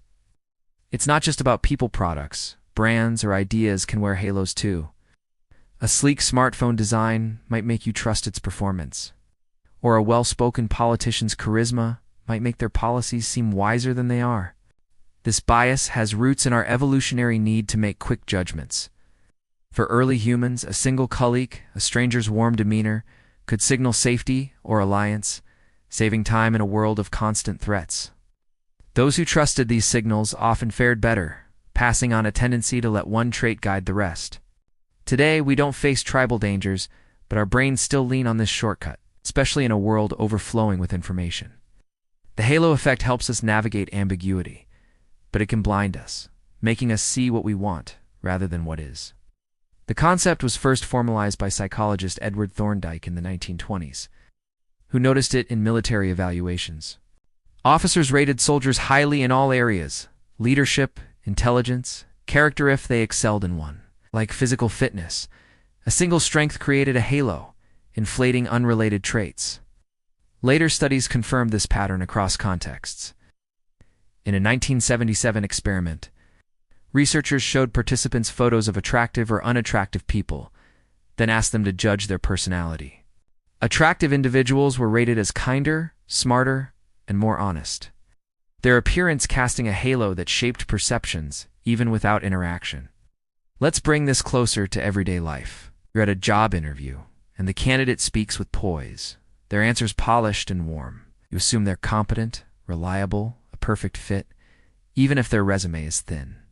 The halo effect, sparked by their eloquence, fills in the gaps. Or think of a restaurant with a stunning view. The scenery elevates your meal, making the food taste better than it might in a plainer setting. These moments reveal the halo's power. One trait, charm, beauty, ambience colors the whole, often without us questioning why. The halo effect thrives in our visual social world. Media amplifies it, with celebrities' charisma making their opinions seem profound, or sleek advertisements making products feel essential. Social media, with its curated images, fuels halos, as a single polished post can make someone's life seem flawless. Even in education, a student's neat handwriting can boost their grades, as teachers unconsciously assume it reflects deeper ability. The halo effect doesn't just shape first impressions, it lingers, softening flaws and amplifying strengths in ways that feel natural but aren't always true.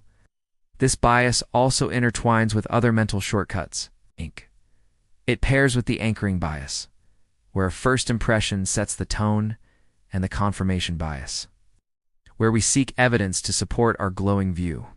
If you meet someone charming, you notice their kindness, not their oversights, reinforcing the halo.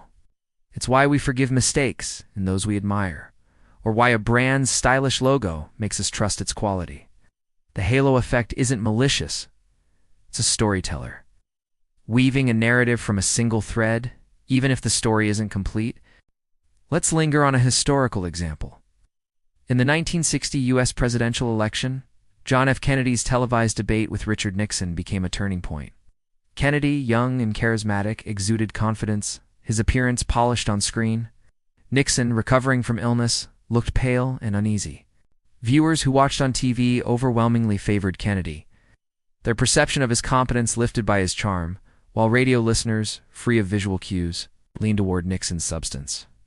Kennedy's halo his looks, his poise shaped public opinion, helping him win the presidency.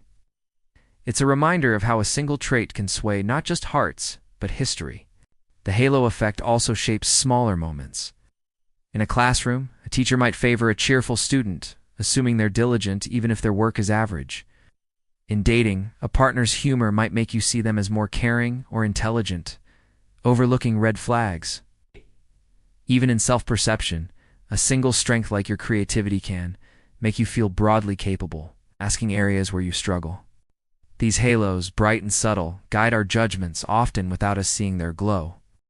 Let's pause for a moment to reflect on this. Think of someone or something you admire, a friend, a brand, a leader. Can you trace their appeal to a single trait, a spark that colors the rest? As you breathe slowly, let that image drift through your mind, soft and unhurried, like a lantern glowing in the dusk. Is their halo revealing truth or hiding it? The implications of the halo effect are profound, weaving through our personal lives, our societies, and our pursuit of truth. It's a quiet force, one that doesn't just shape how we judge others, but influences how we connect, decide, and dream. By letting a single trait illuminate the whole, this bias raises a haunting question. How much of what we believe is real, and how much is a glow we've cast ourselves? Are we seeing people and things as they are, or as our minds paint them in the light of one shining quality? On a personal level, the halo effect can both enrich and mislead. It draws us to inspiring people, a mentor's wisdom, a friend's warmth making life brighter as their strengths lift our spirits. But it can also blind us, making us overlook flaws that matter. If you hire someone for their charisma, you might miss their lack of skill, costing time and trust. In friendships, a person's charm might hide selfishness, leaving you hurt when the halo fades. Recognizing this bias doesn't mean distrusting every glow. It means looking closer, asking if the light reveals the whole picture or just a flattering angle. In relationships, the halo effect can spark connection or sow misunderstanding. Early in romance, a partner's beauty or wit can make them seem perfect, their flaws invisible under the glow. This can deepen love as you see the best in them, but it can also set unrealistic expectations, leading to disappointment when reality emerges. In families or friendships, a sibling's humor or a friend's generosity can make you forgive their lapses, sometimes too easily. The halo effect shapes these bonds, making us cherish what shines but sometimes miss what lurks in the shadows. On a societal level, the halo effect drives collective judgments, often with far-reaching consequences. In hiring, attractive or confident candidates often win out, even if less polished applicants are more qualified. Studies show that taller, better-looking people earn more, their appearance creating a halo of perceived competence. In politics, charismatic leaders like Kennedy gain trust, their charm overshadowing policy flaws. Media amplifies this, with polished influencers or brands gaining loyalty through aesthetics, not substance. Right. The halo effect doesn't just sway individuals, it shapes who rises, who falls, and what we value as a culture. This bias also affects how we learn and grow. In education, teachers might overestimate students with strong first impressions, neat work, confident answers while undervaluing quieter talent. In science, a researcher's prestige can make their findings seem truer, even if they're flawed. In innovation, a sleek prototype might attract funding, even if its function is unproven. This is seen with overhyped tech startups in the 2010s. These patterns don't just guide knowledge, they define what we pursue, what we trust, and what we leave behind. There's a paradox in the halo effect, one that makes it both a gift and a veil. It's a gift because it lets us find beauty, drawing us to people and ideas that inspire. Without it, we might miss the spark of a great leader or the allure of a bold vision. But it's also a veil, hiding flaws and skewing truth. The challenge isn't to dim every halo, no one can, but to see through it, to balance admiration with scrutiny, to let the glow guide us without blinding us. Practically understanding the halo effect can shift how we navigate life. In hiring or dating, you might look beyond first impressions, seeking evidence of deeper qualities.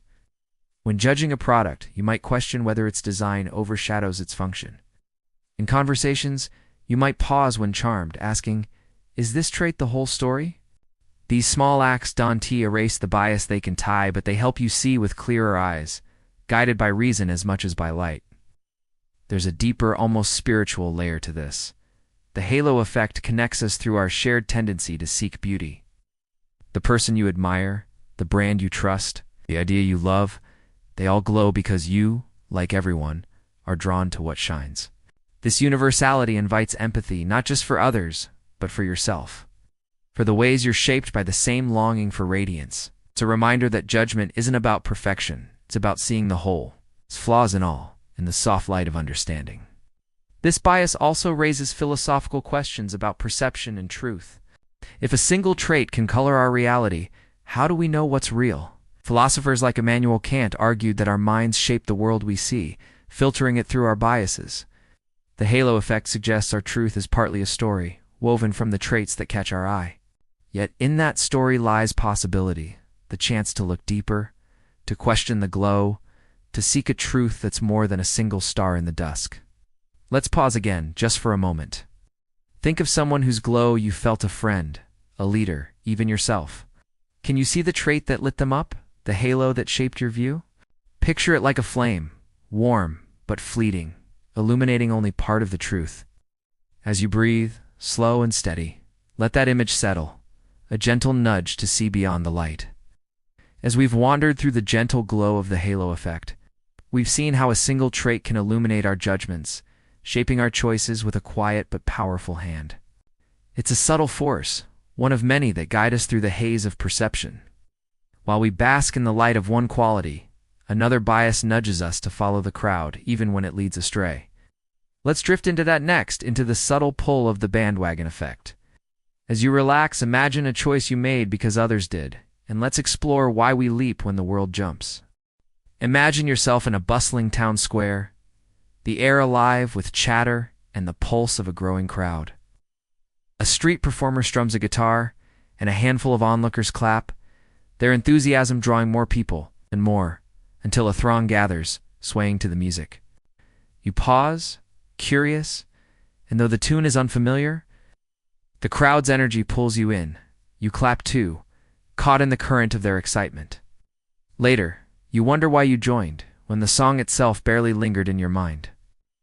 It about the crowd that made you leap? As you settle into the stillness of this moment, let's explore a subtle force of the mind, the bandwagon effect. It's the quiet urge to follow the crowd, to align with what's popular, even when our own compass points elsewhere. So, take a slow breath, let the world soften, and join me in this gentle unraveling of why we jump when the world jumps. The bandwagon effect is a cognitive bias where we adopt beliefs, behaviors, or choices because many others do, assuming their popularity signals truth or value. It's a social shortcut, a way our minds lean on the crowd's momentum to navigate a world of uncertainty. The more people embrace something, a trend, an idea, a product, the more compelling it feels, as if the sheer weight of numbers validates it. This bias isn't about blind conformity. It's a natural instinct, rooted in our need to belong and our trust in collective wisdom. Even when that wisdom falters, picture yourself browsing an online store, eyeing a pair of sneakers. They're fine, but nothing special until you notice. Thousands of glowing reviews and a bestseller badge. Suddenly they seem essential, their popularity a signal of quality. You add them to your cart, swayed not by the shoes themselves, but by the crowd's approval. Bandwagon effect drives this choice, making the popular feel right, even if your own taste hesitates. It's not just shopping, it's why we stream viral shows, echo trending opinions, or join fads, often without questioning why.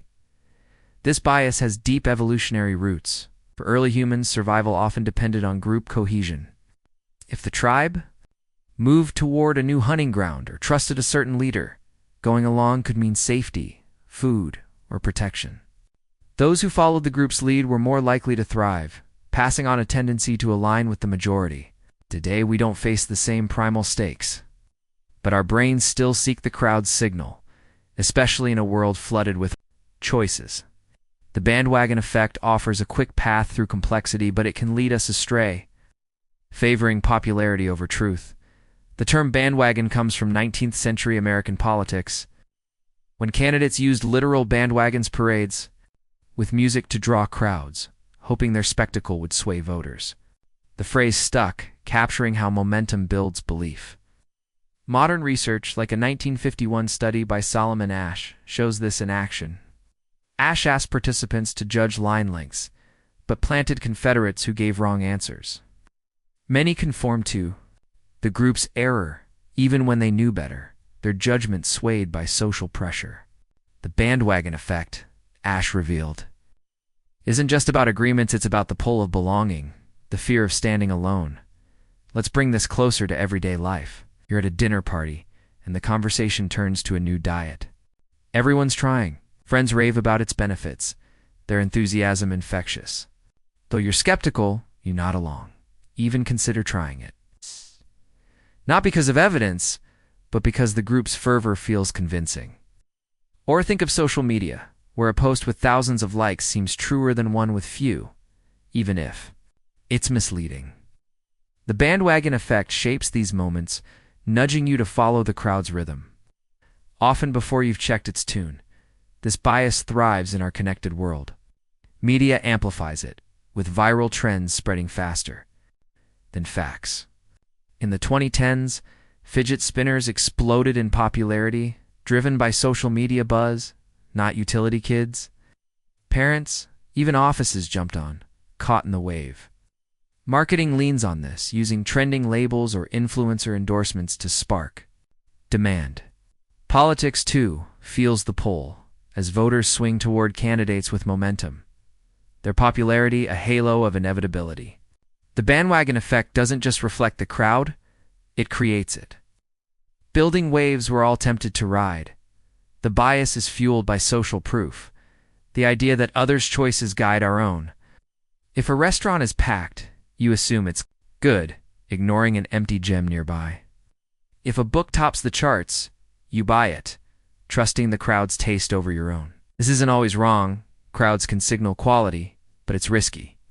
Popularity often stems from visibility, not merit, as seen with viral hoaxes or overhyped stocks. The bandwagon effect blinds us to this, making the loudest voices feel like the truest.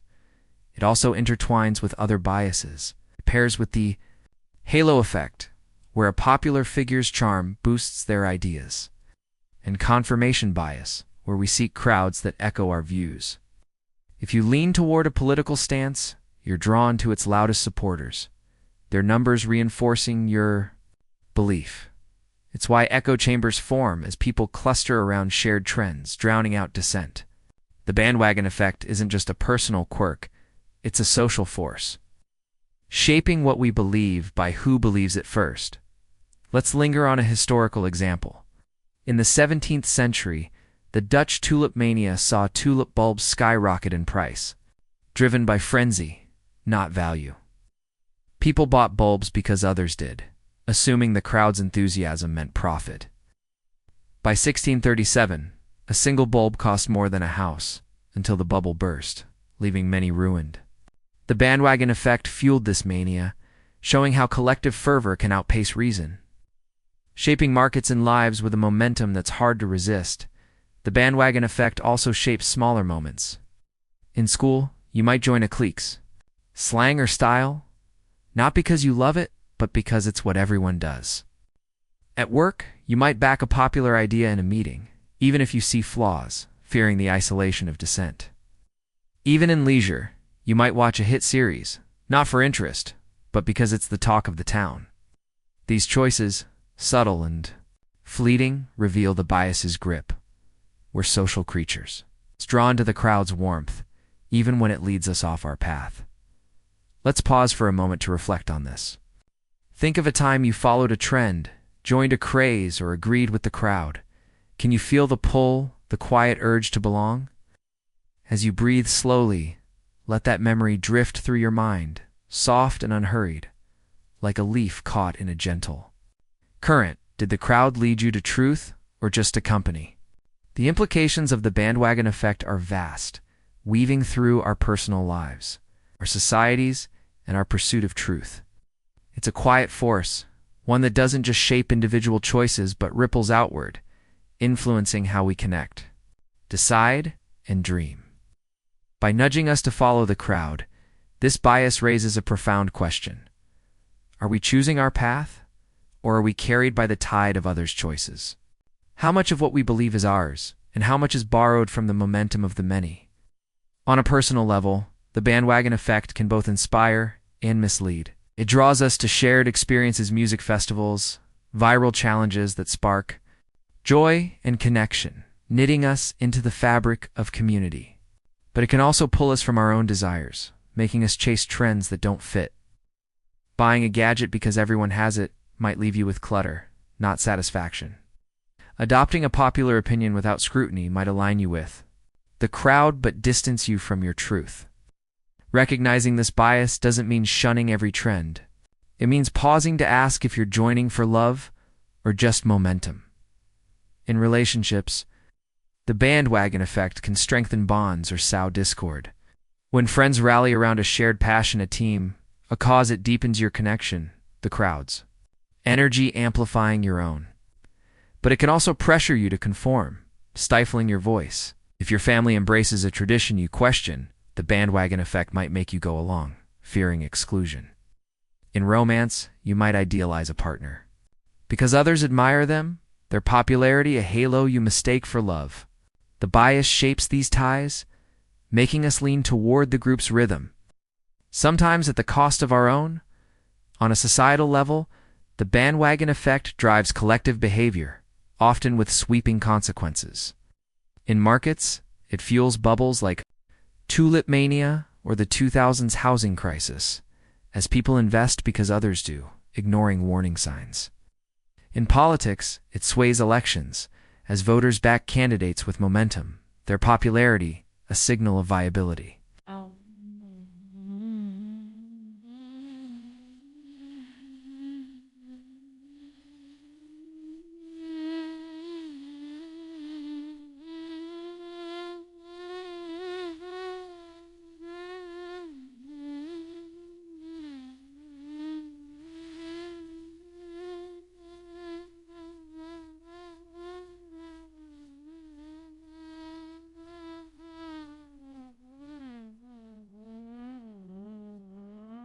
Get a rally.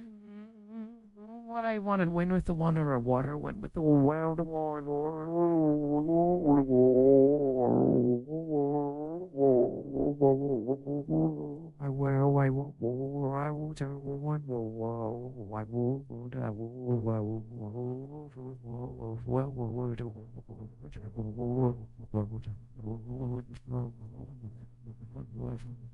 Saw this, with late surges in polling boosting the Leave campaign, as undecided voters joined the wave.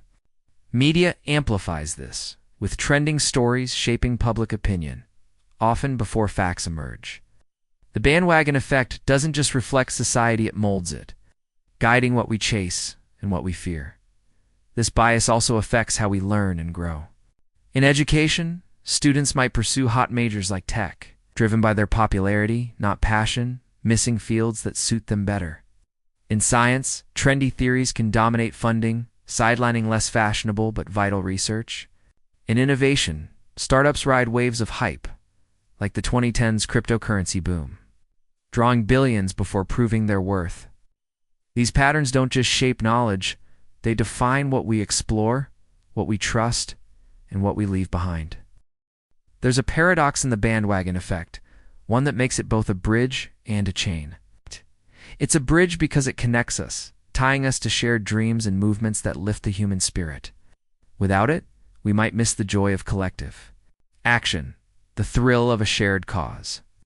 But it's also a chain, binding us to choices that aren't ours, drowning our voice in the crowd's roar. The challenge isn't to avoid the bandwagon no one can but to ride it with eyes open to join. When it aligns with your truth and step off, when it touts practically, understanding the bandwagon effect can shift how we navigate life. When tempted by a trend, you might ask, am I drawn to this or to its popularity? In discussions, you might seek dissenting voices, testing the crowd's wisdom against your own. When voting or buying, you might dig deeper, looking past the buzz to the substance. These small acts don't erase the bias, they can't, but they help you steer your own course, guided by reason as much as by the crowd's call. There's a deeper, almost spiritual layer to this. The bandwagon effect connects us through our shared need to belong. The friend who follows a fad, the stranger who cheers with the crowd, they're all you, seeking the warmth of togetherness. This universality invites empathy, not just for others but for yourself, for the ways you're shaped by the same longing for connection. It's a reminder that choice isn't about standing alone, it's about finding balance. It's honoring both your heart and the chorus around you. This bias also raises philosophical questions about freedom and truth. If we're swayed by the crowd, how free are our choices? Are we individuals or threads in a larger weave?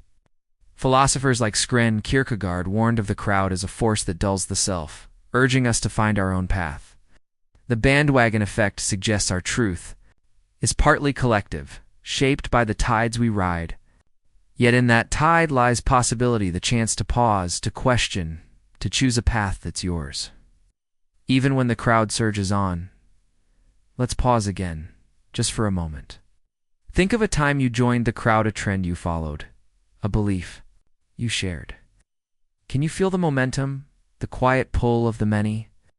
Picture it like a river, strong but not your only path. As you breathe slow and steady, let that image settle.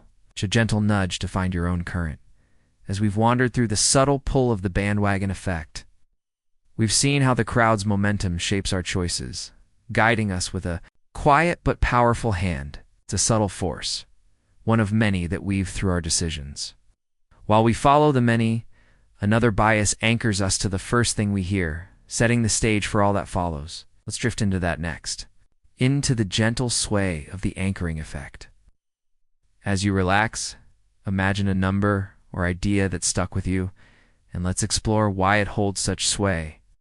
Imagine yourself in a bustling marketplace, the air thick with the scent of spices and the hum of bartering voices. You pause at a stall, eyeing a hand-woven scarf, its colors vibrant under the morning sun. The vendor, with a knowing smile, declares, "It's worth $100. You hesitate, unsure, but offer 60, your mind tethered to that initial price. Later, you wonder why you didn't start lower, why that first number held such sway.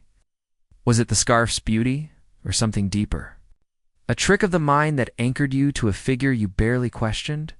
As you settle into the stillness of this moment, let's explore a subtle force, the anchoring effect. It's the way the first piece of information we encounter, like a stone dropped in a quiet pond, ripples through our decisions, shaping what we believe is fair or true. So, take a slow breath, let the world soften, and join me in this gentle unraveling of the weight of the first number. The anchoring effect is a cognitive bias where the first piece of information we receive, a number, but sometimes an idea or impression, acts as an anchor, influencing our subsequent judgments, even if it's arbitrary or irrelevant. Like a ship moored to a dock, our decisions drift around this starting point, rarely straying far, as our minds unconsciously adjust to its presence. This bias isn't about gullibility. It's a mental shortcut, a way our brains simplify a complex world by latching onto the first signal, whether it's accurate or not. Picture yourself buying a used car. The seller lists it at $15,000. Though you negotiate down to $12,000, you feel you've scored a deal. But what if the car's true value is $10,000? That initial $15,000 anchored your perception, making $12,000 seem reasonable by comparison. The anchoring effect shapes this choice, tying your sense of value to a number that may have been plucked from thin air. It's not just purchases. It's why salary offers, time estimates, or even opinions stick to the first figure or idea we hear, coloring what comes next. This bias has roots in our evolutionary need to make quick decisions with limited information. For early humans, the first sign of danger, a rustling bush, distant roar, set the tone for action, anchoring their response. Those who acted on initial cues, even imperfect ones, often survived, passing on a tendency to prioritize the first signal. Today we face different challenges, prices, deadlines, debates, but our brains still cling to this instinct. Using the first piece of data as a reference point, even when it's misleading, the anchoring effect was first studied by psychologists Amos Tversky and Daniel Kahneman in the 1970s. In one experiment, they asked participants to estimate the percentage of African countries in the United Nations, but first spun a random wheel to generate a number, say, 10 or 65.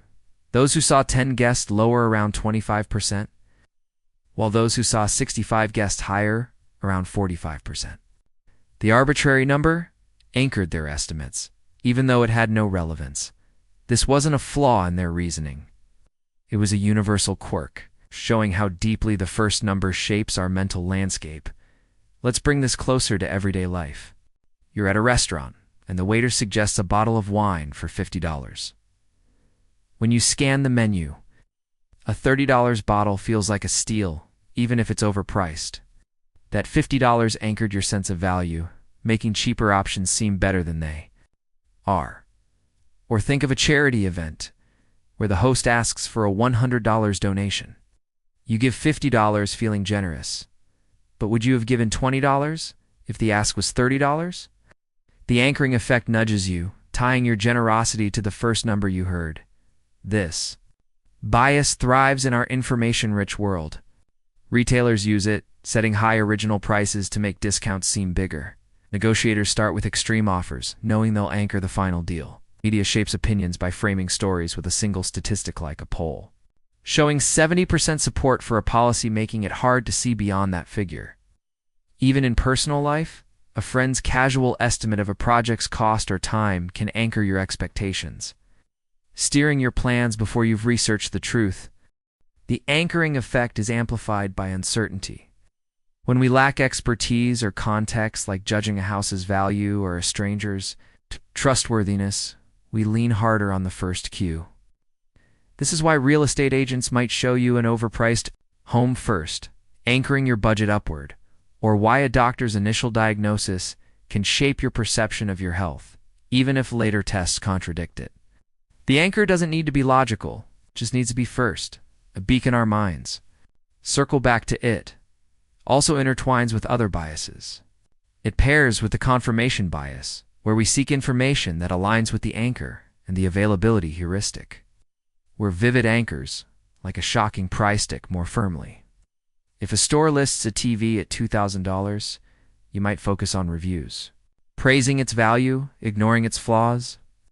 The anchoring effect doesn't just set the stage, it shapes the story, making us build our decisions around a single, often shaky starting point. Let's linger on a historical example. In the 1980s, the U.S. government debated funding for the Strategic Defense Initiative, a missile defense system. Early cost estimates floated at $40 billion, anchored discussions, Making later estimates of $100 billion seem less outrageous. by comparison. Despite technical doubts, the initial figure shaped budgets and debates, showing how an anchor can steer not just personal choices but national priorities. The program's legacy, still debated, reflects the anchoring effects. Power to ripple through time. The anchoring effect also shapes smaller moments. In a meeting, a colleague suggests a project will take 6 months, and your planning revolves around that, even if it's a guess. In a courtroom, a prosecutor's demand for a harsh sentence can anchor a judge's ruling, even if evidence suggests leniency. Even in self-perception, the first feedback you receive, like a teacher's praise or criticism, can anchor how you see your abilities, guiding your confidence for years. These anchors, subtle and pervasive, tether our decisions, often without us noticing their weight. Let's pause for a moment to reflect on this. Think of a time, a number, or idea shaped your choice of price, a deadline, an opinion. Can you feel the anchor, the quiet pull of that first impression? As you breathe slowly, let that memory drift through your mind, soft and unhurried, like a pebble sinking in a still lake. Did it lead you to truth, or just hold you in place? The implications of the anchoring effect are profound. weaving through our personal lives, our societies, and our pursuit of fairness. It's a quiet force, one that doesn't just shape individual decisions but ripples outward, influencing how we negotiate, connect, and dream. By tethering us to the first piece of information, this bias raises a haunting question. How much of our reality is shaped by the anchors we meet first? Are we steering our own course, or are we moored to numbers and ideas we didn't choose? A personal level, the anchoring effect can both guide and mislead. It helps us make decisions in a chaotic world, giving us a starting point when we're lost. A friend's estimate of a trip's cost might anchor your budget, saving time. But it can also distort, locking you into unfair deals or unrealistic goals. If a store's high price anchors your sense of value, you might overpay, feeling it's a bargain. If a low salary offer anchors your negotiations, you might settle for less than you're worth. Recognizing this bias doesn't mean ignoring every anchor. It means questioning its source, asking if it's a true guide or a trick of timing. In relationships, the anchoring effect can shape dynamics, for better or worse. Early in a friendship, a single act of kindness or cruelty can anchor how you see someone, coloring years of interactions. In romance, a partner's first gift or gesture can set expectations, making later efforts seem generous or lacking. By comparison, even in families, a parent's initial praise or criticism can anchor a child's self-image, guiding their confidence or doubt. The bias doesn't just affect first impressions, it lingers, making us judge others through the lens of that first moment, sometimes missing the fuller truth. On a societal level, the anchoring effect drives collective outcomes, often with far-reaching consequences. In economics, it fuels market trends, as initial stock prices or valuations anchor investor expectations, driving bubbles or crashes. The 2008 financial crisis saw this, with inflated home prices anchoring perceptions of value. Even as reality crumbled, in policy, early budget estimates, like those for the Strategic Defense Initiative, shape funding debates, locking governments into costly paths. Media amplifies this, with a single statistic or headline anchoring public opinion, as seen in debates over crime rates or health risks, where the first number often overshadows later nuance. The anchoring effect doesn't just sway individuals, it molds systems, economies, and cultures. This bias also affects how we learn and grow. In education, a teacher's first grade or comment can anchor a student's sense of ability, pushing them to excel or doubt themselves. In science, an initial hypothesis can anchor research, delaying new discoveries if it's flawed. In innovation, early cost estimates for projects like tech startups or infrastructure can anchor funding, skewing priorities. These patterns don't just shape knowledge, they define what we pursue, what we trust, and what we leave behind.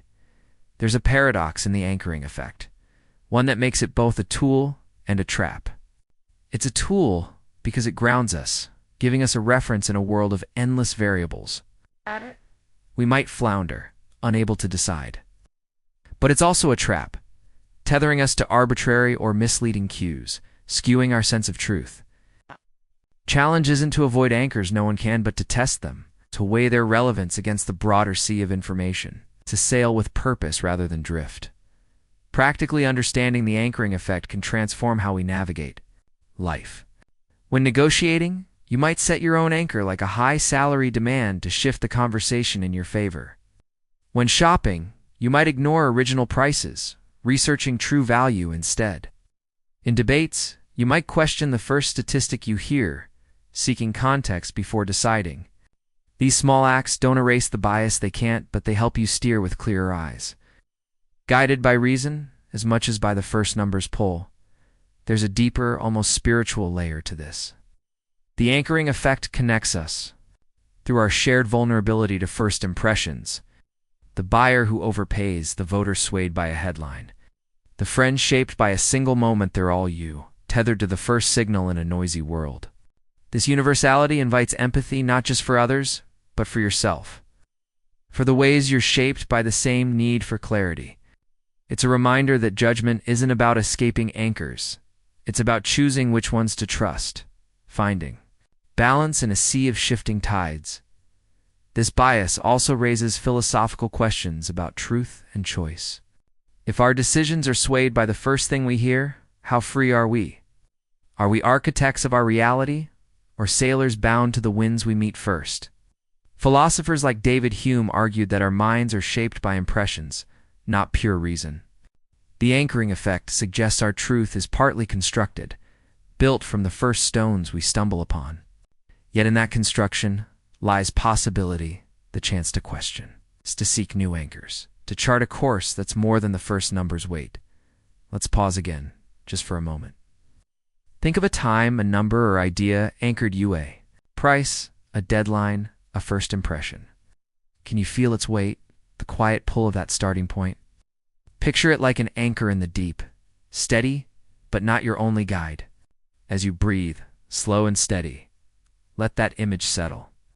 A gentle nudge to sail beyond the first tide.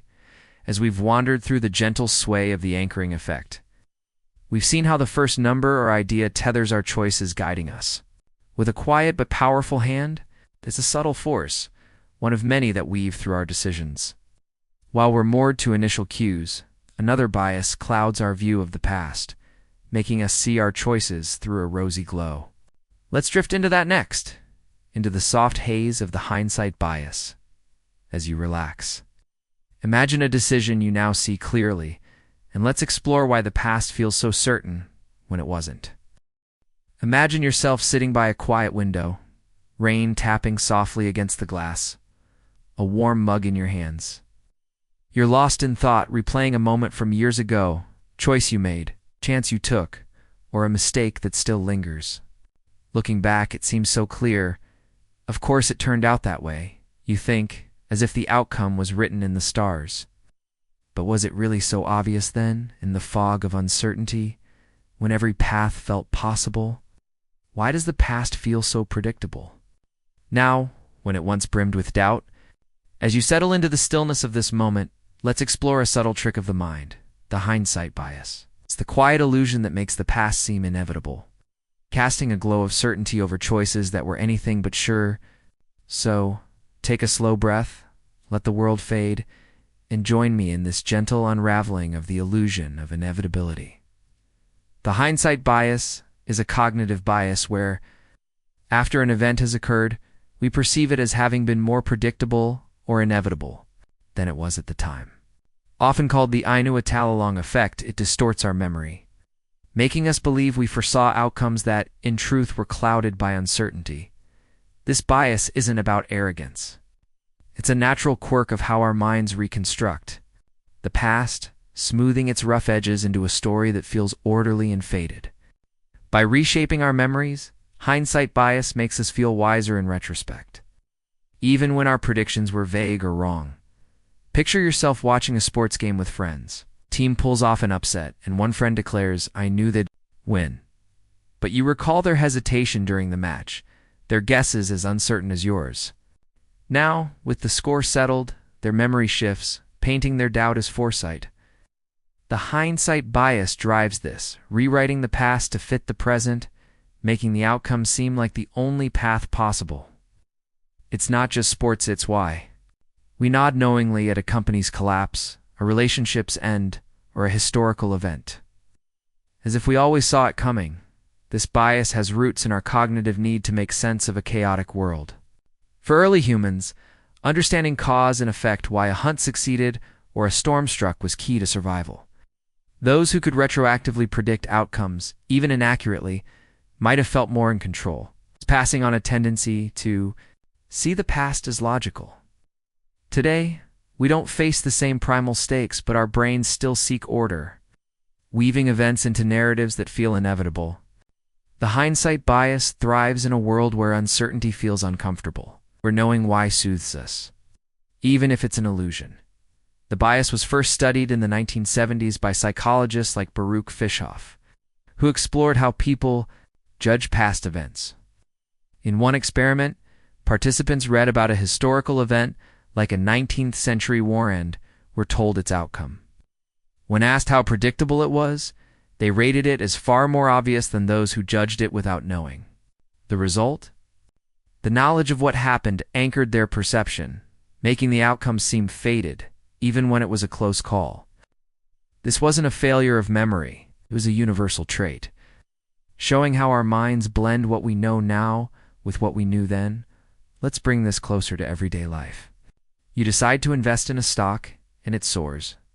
Looking back, you might think, I knew it was a winner, forgetting the nights you spent researching, unsure, or a friend's relationship ends, and you nod. I saw it coming, though you once cheered their love. The hindsight bias reshapes these moments, making successes feel destined and failures obvious, even when they were toss-ups. It's why we tell ourselves we knew a movie would flop or a politician would win. Though our predictions were often guesses, clouded by the same fog as everyone else's, this bias thrives in our story-driven minds. We love narratives' beginnings, middles, ends that make life feel coherent. When an event unfolds, hindsight bias edits the story, cutting the doubts, the what-ifs, the near misses, until only the inevitable remains. It's why history feels like a straight line, with wars, revolutions, or inventions seeming fated, though they hung on fragile threads. In personal life, it's why we view our choices moving to a new city, choosing a career as the right path, forgetting the moments we nearly turned back. The hindsight bias is amplified by information. Once we know an outcome, every clue seems to point to it. Company fails, and suddenly its risky moves were obviously doomed. A storm hits, and we recall every warning as a clear sign, though we ignored them at the time. This bias doesn't just distort memory, it shapes how we learn, making us overconfident in our ability to predict, even when the past was a puzzle. It's why we trust our gut for future choices, believing we knew the past. When we often didn't, it also intertwines with other biases. It pairs with the anchoring effect, where the first outcome we learn sets the tone, and the confirmation bias, where we recall only the clues that fit the result. If a project succeeds, you remember your optimism, not your doubts, reinforcing the illusion of foresight. It's why we rewrite our own stories. It's casting ourselves as prophets of our own lives, even when we were just navigating the dark. Let's linger on a historical example. The 1929 stock market crash, which sparked the Great Depression, is often seen as inevitable in hindsight. Economists and historians point to overvalued stocks, shaky loans, and speculation as obvious signs. But in the 1920s, the market's rise felt unstoppable, with experts predicting endless growth. Only after the crash did the warning signs seem clear. As hindsight bias reshaped the narrative, making a chaotic collapse feel like destiny. This illusion didn't just rewrite history, it shaped how we view markets today, as if we'd always known the bubble would burst. The hindsight bias also shapes smaller moments. In a job interview, you ace a question and later think, I knew I'd nail it, forgetting your nerves. When a recipe fails, you sigh, I should have known, though you followed it with hope. Even in relationships, a breakup might seem obvious now, though you once saw forever. These moments, fleeting and personal, reveal the biases. Grip. It makes the past a story we tell ourselves, one where we're wiser than we were, where the ending was always coming. Let's pause for a moment to reflect on this. Think of a time you looked back and thought, I knew it would happen. Can you feel the illusion, the quiet certainty that wasn't there then? As you breathe slowly, let that memory drift through your mind, soft and unhurried, like a fog. Lifting from a distant valley, is the past as clear as it seems now, or is it a story you've woven? The implications of the hindsight bias are profound. Weaving through our personal lives, our societies, and our pursuit of wisdom, it's a quiet force, one that doesn't just shape how we see the past, but influences how we learn, judge, and dream. By casting the past as inevitable, this bias raises a haunting question. How much of our understanding is truth, and how much is a story we tell to feel in control? Are we learning from history, or rewriting it to fit the present? On a personal level, the hindsight bias can both comfort and mislead. It soothes us, making life feel predictable, as if our choices were always leading to now. When a career move pays off, hindsight bias lets you say, I knew it was right, boosting confidence. but it can also trap you, fostering overconfidence in your foresight. If you believe you knew a stock would rise, you might trust your gut next time, ignoring risks. In relationships, it can make you judge past partners harshly, thinking their flaws were obvious when love once blinded you. Recognizing this bias doesn't mean doubting every memory. It means holding the past lightly, knowing it's a story, not a script. In relationships, the hindsight bias can deepen understanding or sow regret. When a friendship fades, you might think, "I knew it wouldn't last," forgetting the joy you shared. This can protect you, softening loss by making it seem faded, but it can also blind you to what was real. In families, parents might look back and say, "I knew you'd succeed," rewriting their worries as faith, which can inspire but also erase the struggle's truth. In romance, a breakup might feel inevitable now, but that certainty can make you doubt new love, fearing you'll miss signs again. The bias shapes these bonds. It's making us see love and loss through a lens of false clarity. On a societal level, a hindsight bias drives collective narratives, often with far-reaching consequences. In history, it makes events like the 1929 crash or the fall of empires seem predestined, flattening complex choices into simple lessons. This can mislead policymakers, who assume they'd know the next crisis, ignoring its unpredictability. In law, jurors might judge defendants harshly, thinking crimes were obviously preventable, forgetting the chaos of the moment. Media amplifies this, framing past scandals or disasters as inevitable, as if everyone saw them coming, when most didn't. The hindsight bias doesn't just rewrite history, it shapes how we prepare for the future, often with too much certainty. This bias also affects how we learn and grow. In education, students might look back on a failed test and think, "I should have known," undermining confidence, though the material was tough. In science, researchers might dismiss old theories as obviously wrong, missing their context, which slows progress. In innovation, companies might view past failures like a flopped product as inevitable, ignoring the risks that made success a coin toss. These patterns don't just shape knowledge, they define what we learn from, what we trust, and what we dare to try again. There's a paradox in the hindsight bias, one that makes it both a comfort and a veil. It's a comfort because it makes the past feel orderly, giving us a sense of control in a world of chance. Without it, we might drown in regret, haunted by what-ifs. But it's also a veil, hiding the past's uncertainty, making us overconfident in our wisdom. The challenge isn't to erase this bias, no one can, but to see through it, to hold our memories as stories, not truths, to learn from the past without being blinded by its false clarity. Practically, understanding the hindsight bias can shift how we navigate life. When reflecting on a choice, you might ask, was it really so clear, or am I rewriting it now? In planning, you might temper confidence, knowing past predictions were guesses.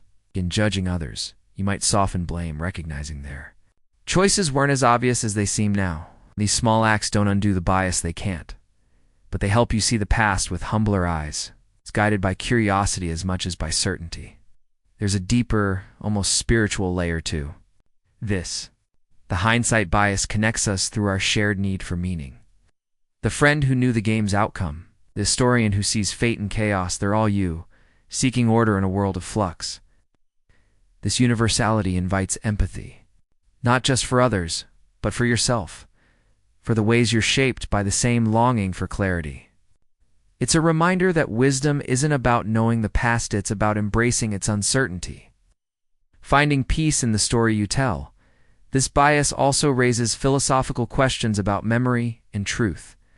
If the past feels inevitable, how real is our understanding? Are we historians of our lives, or novelists weaving tales? Philosophers like Friedrich Nietzsche argued that we create meaning through our stories, not find it. The hindsight bias suggests our truth is partly a fiction, shaped by the outcomes we know, yet in that fiction lies possibility, the chance to question, to see the past's fragility, to live with a humility that frees us from false certainties. Let's pause again, just for a moment. Think of a moment you now see as inevitably success, a failure, a turning point. Can you feel the illusion, the quiet story that makes it seem fated? Picture it like a path through a misty forest, clear now but once shrouded. As you breathe, slow and steady, let that image settle. A gentle nudge to see the past's uncertainty. As we've wandered through the soft haze of the hindsight bias, we've seen how the past's illusion of inevitability shapes our choices, guiding us with a quiet but powerful hand. It's a subtle force, one of many that weave through our minds. While we rewrite the past, another bias pulls us to favor what we already have, making us cling to the familiar. Let's drift into that. Next, into the gentle pull of the endowment effect. As you relax, imagine something you value deeply, and let's explore why we hold it so close. Imagine yourself in a cozy attic, surrounded by boxes of forgotten treasures, old books. A chipped mug from a trip long past, a sweater worn thin by time. You pick up a small, tarnished ring, its shine dulled, but its weight heavy with memory. A friend offers to buy it, but their price, fair as it seems, feels too low. Why is it so hard to let go? It's not just the ring, the sense that it's yours. A piece of your story, worth more in your hands than in anyone else's. As you settle into the stillness of this moment, let's explore a subtle quirk of the mind, the endowment effect. It's the quiet pull that makes us cling to what we own, inflating its value simply because it belongs to us. So, take a slow breath, let the world soften, and join me in this gentle unraveling of why we overvalue what's ours. The endowment effect is a cognitive bias, where people assign greater value to things they own compared to identical items they don't. Ownership itself, whether of objects, ideas, or even relationships, creates an emotional attachment, making us demand more to part with something than we'd pay to acquire it. This bias isn't about greed. It's a human tendency, rooted in our sense of identity and loss aversion, where letting go feels like losing a piece of ourselves. The endowment effect shapes our choices, making us hold tighter to what's ours, even when letting go might serve us better. Picture yourself selling a concert ticket you can no longer use. You paid $50, but now it's worth $70 on the market. A buyer offers $65, a fair deal, but you hesitate. Is feeling the ticket is worth more, maybe $80, because it's yours. The endowment effect drives this, inflating the ticket's value in your hands. Not because of its utility, but because of your ownership. It's not just tickets, it's why you keep clothes you never wear, books you'll never reread, or even ideas you defend fiercely, all because they're part of your world. This bias has evolutionary roots. For early humans, resources like tools, food, or territory were scarce, and holding on to what you had could mean survival. 8. Those who valued their possessions, defending a spear or a patch of land, were more likely to thrive, passing on a tendency to cherish what's theirs. Today we don't face the same primal stakes, but our brains still treat ownership as sacred, tying our belongings to our sense of self. The endowment effect thrives in a world where letting go feels like loss, where what's mine carries a weight beyond its worth. The bias was formalized in the 1980s by economists like Richard Taylor, building on work by Daniel Kahneman and Amos Tversky. In a classic experiment, participants were given a mug and asked how much they'd sell it for. Others, without a mug, were asked how much they'd pay to buy one. Sellers demanded roughly twice as much, around $7 versus $3, though the mugs were identical. Ownership alone inflated value, showing how the endowment effect warps our sense of worth. This wasn't irrational in the moment. It was emotional, a reflection of how deeply we tie ourselves to what we hold. Let's bring this closer to everyday life. You're moving and sorting through your closet. Scarf rarely worn catches your eye. A friend offers $10, but you balk it. Your scarf worth more, though you'd never pay $10 for it yourself. Or think of a family heirloom like a faded photo album. Its market value is nil, but to you, it's priceless, a vessel of memory. The endowment effect shapes these choices, making what's yours feel irreplaceable. Even when logic suggests otherwise, this bias thrives in our material and social world. Markets exploit it with free trials that make products feel like yours, hard to cancel. In negotiations, people overvalue their assets, a house, a car demanding more than buyers offer. Even in ideas, the endowment effect holds sway. You might defend a belief. It's not because it's true, but because it's yours, part of your identity. Social media amplifies this as we cling to our posts or profiles, overvaluing their worth because they reflect us. The endowment effect doesn't just shape possessions, it weaves through what we think and who we are. The bias is fueled by loss aversion, our tendency to fear losses more than we value gains. Giving up a possession feels like a loss, outweighing the gain of money or freedom. This is why you might keep a broken watch, its sentimental value outweighing its uselessness. Or stay in a job you dislike because it's yours, familiar. The endowment effect also ties to identity. Our possessions, from cars to opinions, become extensions of ourselves, making their loss feel like a wound. It's why selling a childhood home stings even if it's just bricks and mortar.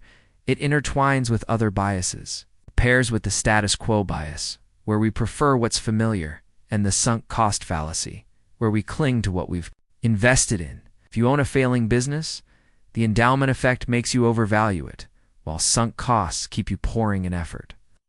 It's why we hold on to old hobbies, relationships, or dreams, not for their future, but for their place in our story. The endowment effect isn't just about things, it's about the self we see in them. Let's linger on a historical example. In the 19th century, the California gold rush saw prospectors cling to worthless claims, refusing to sell or abandon them, even as evidence mounted they'd never yield gold. These patches of land, often barren, were theirs, imbued with dreams of wealth. The endowment effect drove their stubbornness, making them value their claims beyond reason, costing time and lives. This wasn't just greed, it was human, a reminder of how ownership can blind us, shaping not just personal fortunes, but collective frenzies. The endowment effect also shapes smaller moments. At a yard sale, you price a lamp higher than it's worth because it lit your late-night reads. In a debate, you defend an opinion, not because it's sound, but because it's yours, woven into your worldview. Even in leisure, you might keep a game you rarely play, its box a reminder of joy, too precious to sell. These moments, quiet and personal, reveal the bias's hold. What's ours feels sacred. Its value a story we tell ourselves, heavier than its truth. Let's pause for a moment to reflect on this. Think of something you've held on to, a trinket, an idea, a memory. Can you feel the weight, the quiet pull of ownership?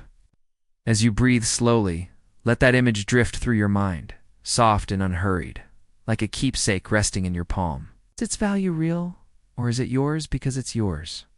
The implications of the endowment effect are vast, weaving through our personal lives, our societies, and our pursuit of balance. It's a quiet force, one that doesn't just shape what we keep, but influences how we connect, decide, and dream.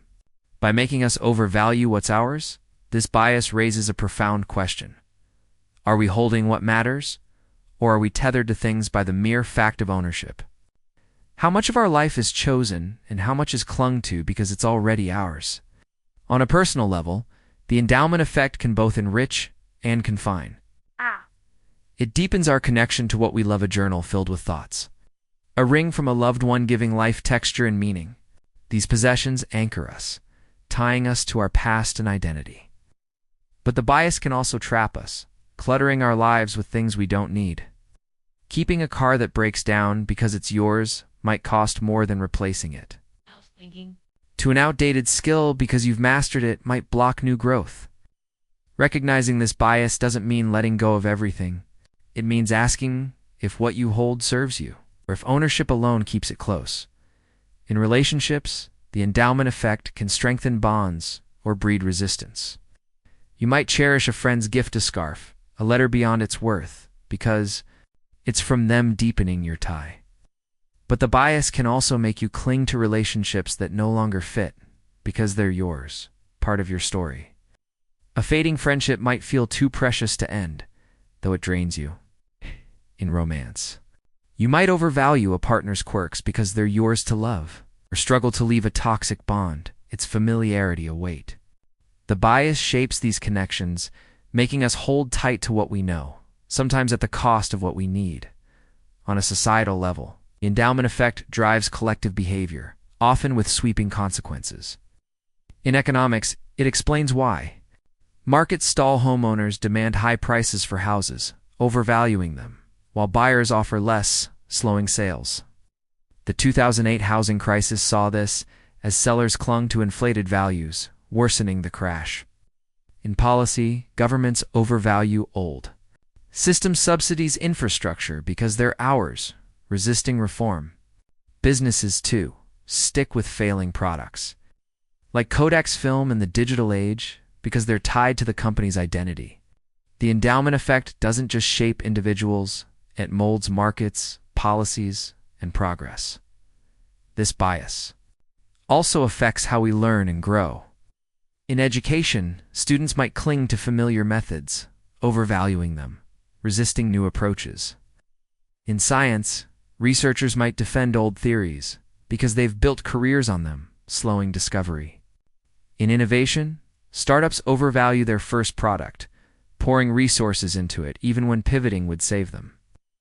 These patterns don't just guide knowledge, they define what we preserve, what we resist, and what we dare to change. There's a paradox in the endowment effect, one that makes it both a gift and a chain. It's a gift because it binds us to what we love, giving our lives depth and continuity. Without it, we might drift untethered from meaning. But it's also a chain, locking us to things, ideas, or paths that no longer serve, simply because they're ours. The challenge isn't to reject ownership no one can, but to balance it, to value what's yours without letting it define you, to hold lightly what might be let go. Practically understanding the endowment effect can shift how we navigate life. When selling or decluttering, you might ask, would I buy this today? If not, its value may lie in ownership, not utility. In debates, you might question why you defend an idea. Is it true or just yours?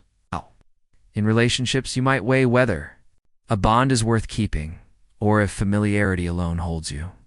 These small acts don't erase the bias, they can't, but they help you choose with clearer eyes, guided by purpose as much as by possession. There's a deeper, almost spiritual layer to this. The endowment effect connects us through our shared attachment to what's ours. The collector who won't sell, the dreamer who won't quit, they're all you holding tight to what defines them. This universality invites empathy, not just for others, but for yourself. For the ways you're shaped by the same need for belonging. It's a reminder that value isn't just about worth, it's about meaning, the stories we weave around what we call ours.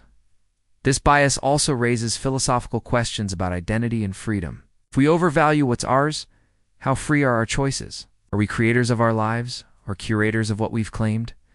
Philosophers like Jean-Jacques Rousseau argued that possessions bind us, limiting our liberty. The endowment effect suggests our identity is partly built from what we hold, yet in that bond lies possibility, the chance to choose what to keep, what to release, to shape a self that's more than the sum of its parts. Let's pause again. Just for a moment, think of something you value deeply. Possession, a belief, a bond. Can you feel the pull, the quiet weight of ownership? Picture it like a thread in your hand, strong but not unbreakable. As you breathe slow and steady, let that image settle. A gentle nudge to hold what matters and release what doesn't. As we've wandered through the gentle pull of the endowment effect, we've seen how our attachment to what's ours shapes our choices, guiding us with a quiet but powerful hand. It's a subtle force, one of many that weave through our minds. While we cling to what we own, another bias makes us see the world through the lens of what's close, blurring what lies beyond. Let's drift into that next, into the soft haze of the availability heuristic. As you relax, imagine a memory that feels vivid, and let's explore why it looms so large. Imagine yourself walking through a quiet forest at dusk, the air cool and the leaves whispering underfoot. A memory flickers in your mind, perhaps a stormy night years ago, the thunder so loud it shook the windows, the rain a vivid roar. That storm feels closer, more real than countless sunny days since its intensity etched into your thoughts. Why does that one moment stand out, coloring your sense of weather, of risk, of life itself? As you settle into the stillness of this moment, let's explore a subtle trick of the mind, the availability heuristic. It's the quiet force that makes vivid, memorable events loom larger than they should, shaping our decisions with the glow of what's easiest to recall. So, take a slow breath, let the world soften. And join me in this gentle unraveling of the power of vivid memories. The availability heuristic is a cognitive bias where we judge the likelihood or importance of an event based on how easily it comes to mind. Vivid, recent, or emotionally charged memories feel more significant, leading us to overestimate their frequency or impact, while quieter, less memorable events fade into the background. This bias isn't about faulty logic, it's a mental shortcut, a way our brains prioritize what's immediate and striking to navigate a world overflowing with information. The availability heuristic shapes our perceptions, making what's memorable feel truer, even when it's not. Picture yourself deciding whether to fly for a vacation. A news story about a plane crash flashes in your mind, its image is stark and unsettling. Suddenly flying feels riskier, though statistics show it's safer than driving. The crash, vivid and fresh, overshadows countless safe flights, making danger seem more likely. The availability heuristic drives this, amplifying what's memorable over what's probable. It's not just travel, that's why a single argument with a friend feels like a pattern, or a viral health scare seems more common than it is. This bias has evolutionary roots. For early humans, vivid dangers, a snake's hiss, a predator's shadow demanded quick action. Those who reacted to memorable threats survived, passing on a tendency to prioritize what stands out. Recalling every uneventful day wasn't useful. Remembering the flood or the fire was. Today we don't face the same primal risks, but our brains still lean on this shortcut, favoring what's striking in a world of endless data. The availability heuristic helps us decide fast, but it can mislead, making rare events feel routine if they're vivid enough. The bias was formalized in the 1970s by psychologists Amos Tversky and Daniel Kahneman. In one study, they asked people if words starting with R were more common than words with R as the third letter. Most said starting with R, because such words like run or red came to mind faster. Though third letter R words are actually more common. The ease of recall shaped their judgment, showing how availability distorts perception. This wasn't a flaw in reasoning, it was a human trait, revealing how memory's brightness guides our sense of truth. Let's bring this closer to everyday life. You're choosing a restaurant and recall a friend's story of food poisoning at a local spot. The tale, vivid and grim, makes you avoid it, though thousands dine there safely. Or think of a coworker's dramatic outburst in a meeting. It sticks in your mind, making you see them as volatile, though they're usually calm. The availability heuristic shapes these choices, giving vivid memories a weight that drowns out the mundane. Even when the mundane is truer, this bias thrives in our immediate saturated world. News highlights rare, dramatic events, shark attacks, terrorist strikes, making them feel more common than they are. A single viral video of a crime can make a city seem dangerous, though crime rates are low. Social media amplifies this, as trending posts or shocking stories dominate our feeds, their vividness trumping their rarity. Even in personal life, a recent argument or a striking compliment can overshadow years of balance, skewing how you see a relationship. The availability heuristic doesn't just reflect memory, shapes what we fear, trust, and chase. The bias is fueled by emotion and recency. A memory tied to fear, joy, or pain, like a car accident or a wedding, burns brighter, making it feel more relevant. Recent events, too, loom large as they're fresh in our minds. If you read about a flu outbreak today, you might overestimate its risk tomorrow, though it's no more likely than last month. The availability heuristic also depends on familiarity. What's repeated, like a catchy ad or a friend's complaint, feels more real, even if it's skewed.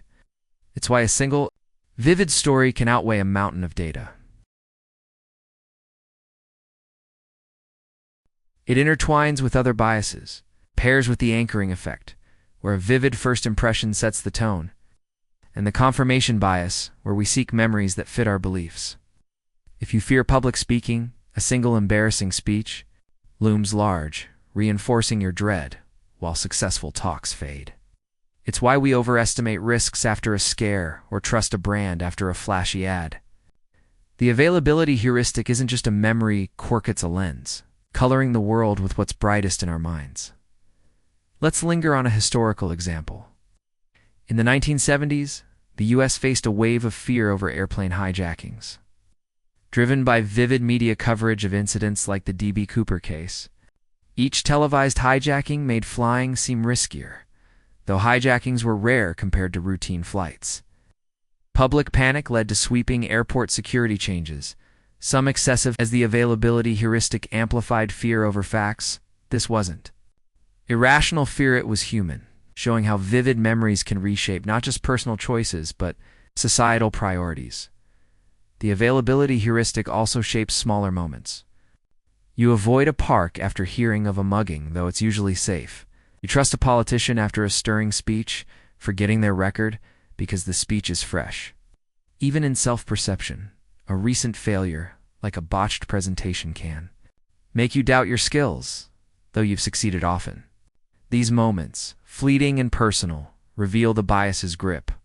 What's vivid feels true. It's glow, drowning out the broader picture. Let's pause for a moment to reflect on this. Think of a memory that feels sharp, a moment of fear, joy, or surprise. Can you feel its power, the way it colors your view? As you breathe slowly, let that image drift through your mind, soft and unhurried, like a lantern glowing in the dusk. We're just shaping your truth, or just your focus. The implications of the availability heuristic are profound. Weaving through our personal lives, our societies, and our pursuit of clarity, it's a quiet force, one that doesn't just shape what we notice, but influences how we judge, connect, and dream. By giving vivid memories outsized weight, this bias raises a haunting question. Are we seeing the world as it is, or as our brightest memories paint it?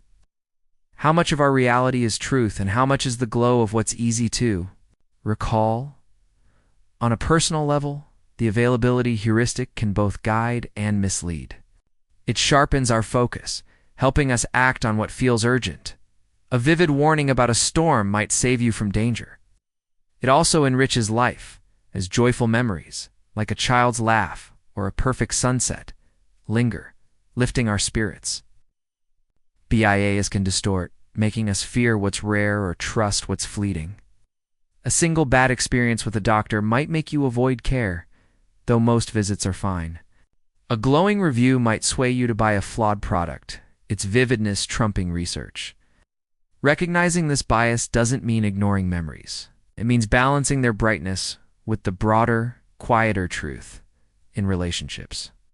The availability heuristic can deepen bonds, or so misunderstanding. A vivid act of kindness, a friend's support in a crisis can make you see them as flawless, overlooking smaller slights. But a single harsh word, sharp and recent, can paint them as cruel, though they're usually kind. In romance, a partner's grand gesture might overshadow daily neglect, or a fresh argument might make you doubt years of love.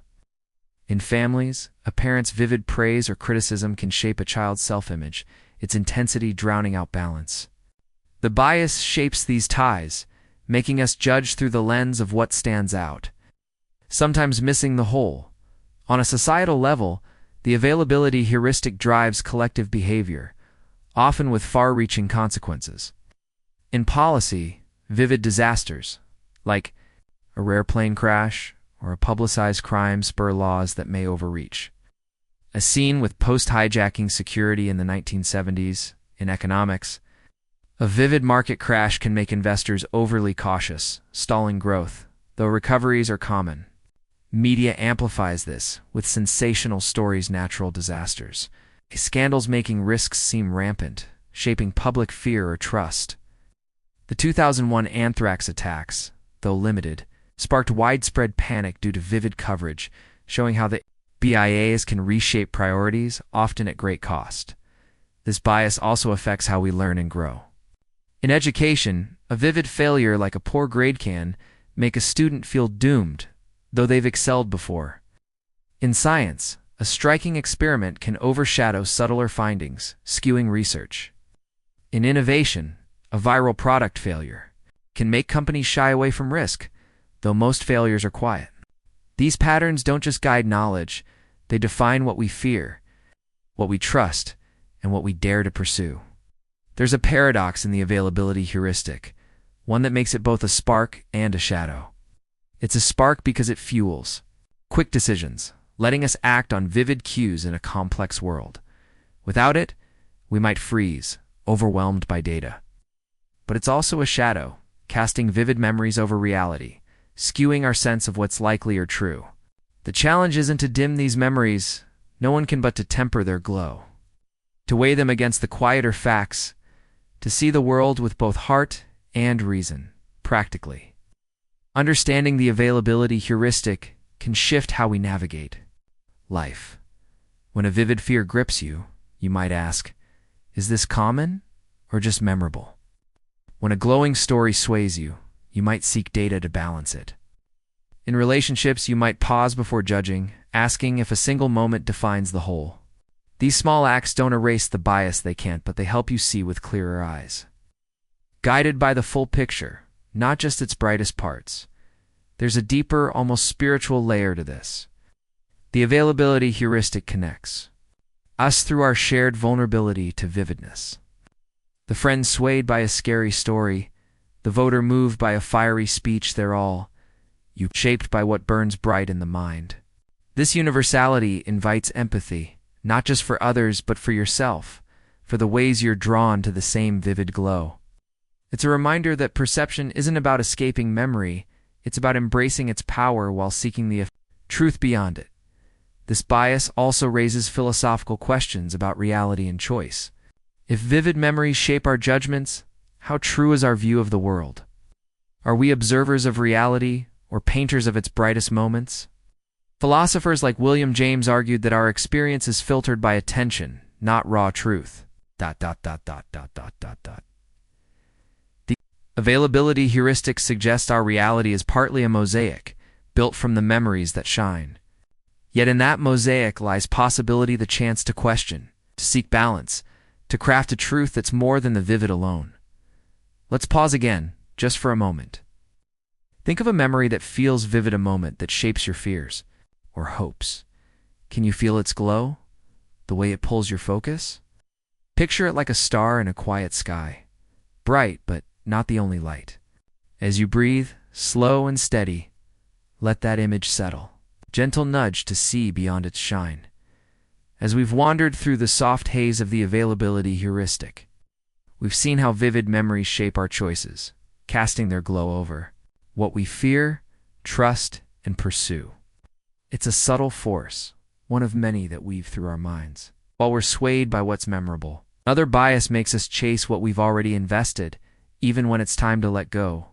Let's drift into that next, into the gentle pull of the sunk cost fallacy. As you relax, imagine a project you couldn't abandon, and let's explore why we hold on so tight. Imagine yourself in a dimly lit theater, the curtains drawn, the seats half empty. You've paid for a ticket to a play, but halfway through, the story drags, the actors stumble, and your mind wanders. You glance at the exit, longing to leave, but a thought holds you back. You've already spent money, time, maybe even effort to be here. Leaving feels like wasting it all, so you stay, hoping it gets better, though deep down, you know it won't. Why is it so hard to walk away? As you settle into the stillness of this moment, let's explore a subtle trap of the mind, the sunk cost fallacy. It's the quiet urge to keep investing in something, time, money, energy, because of what we've already put in, even when letting go is the wiser path. So, take a slow breath, let the world fade, and join me in this gentle unraveling of why we throw good money after bad.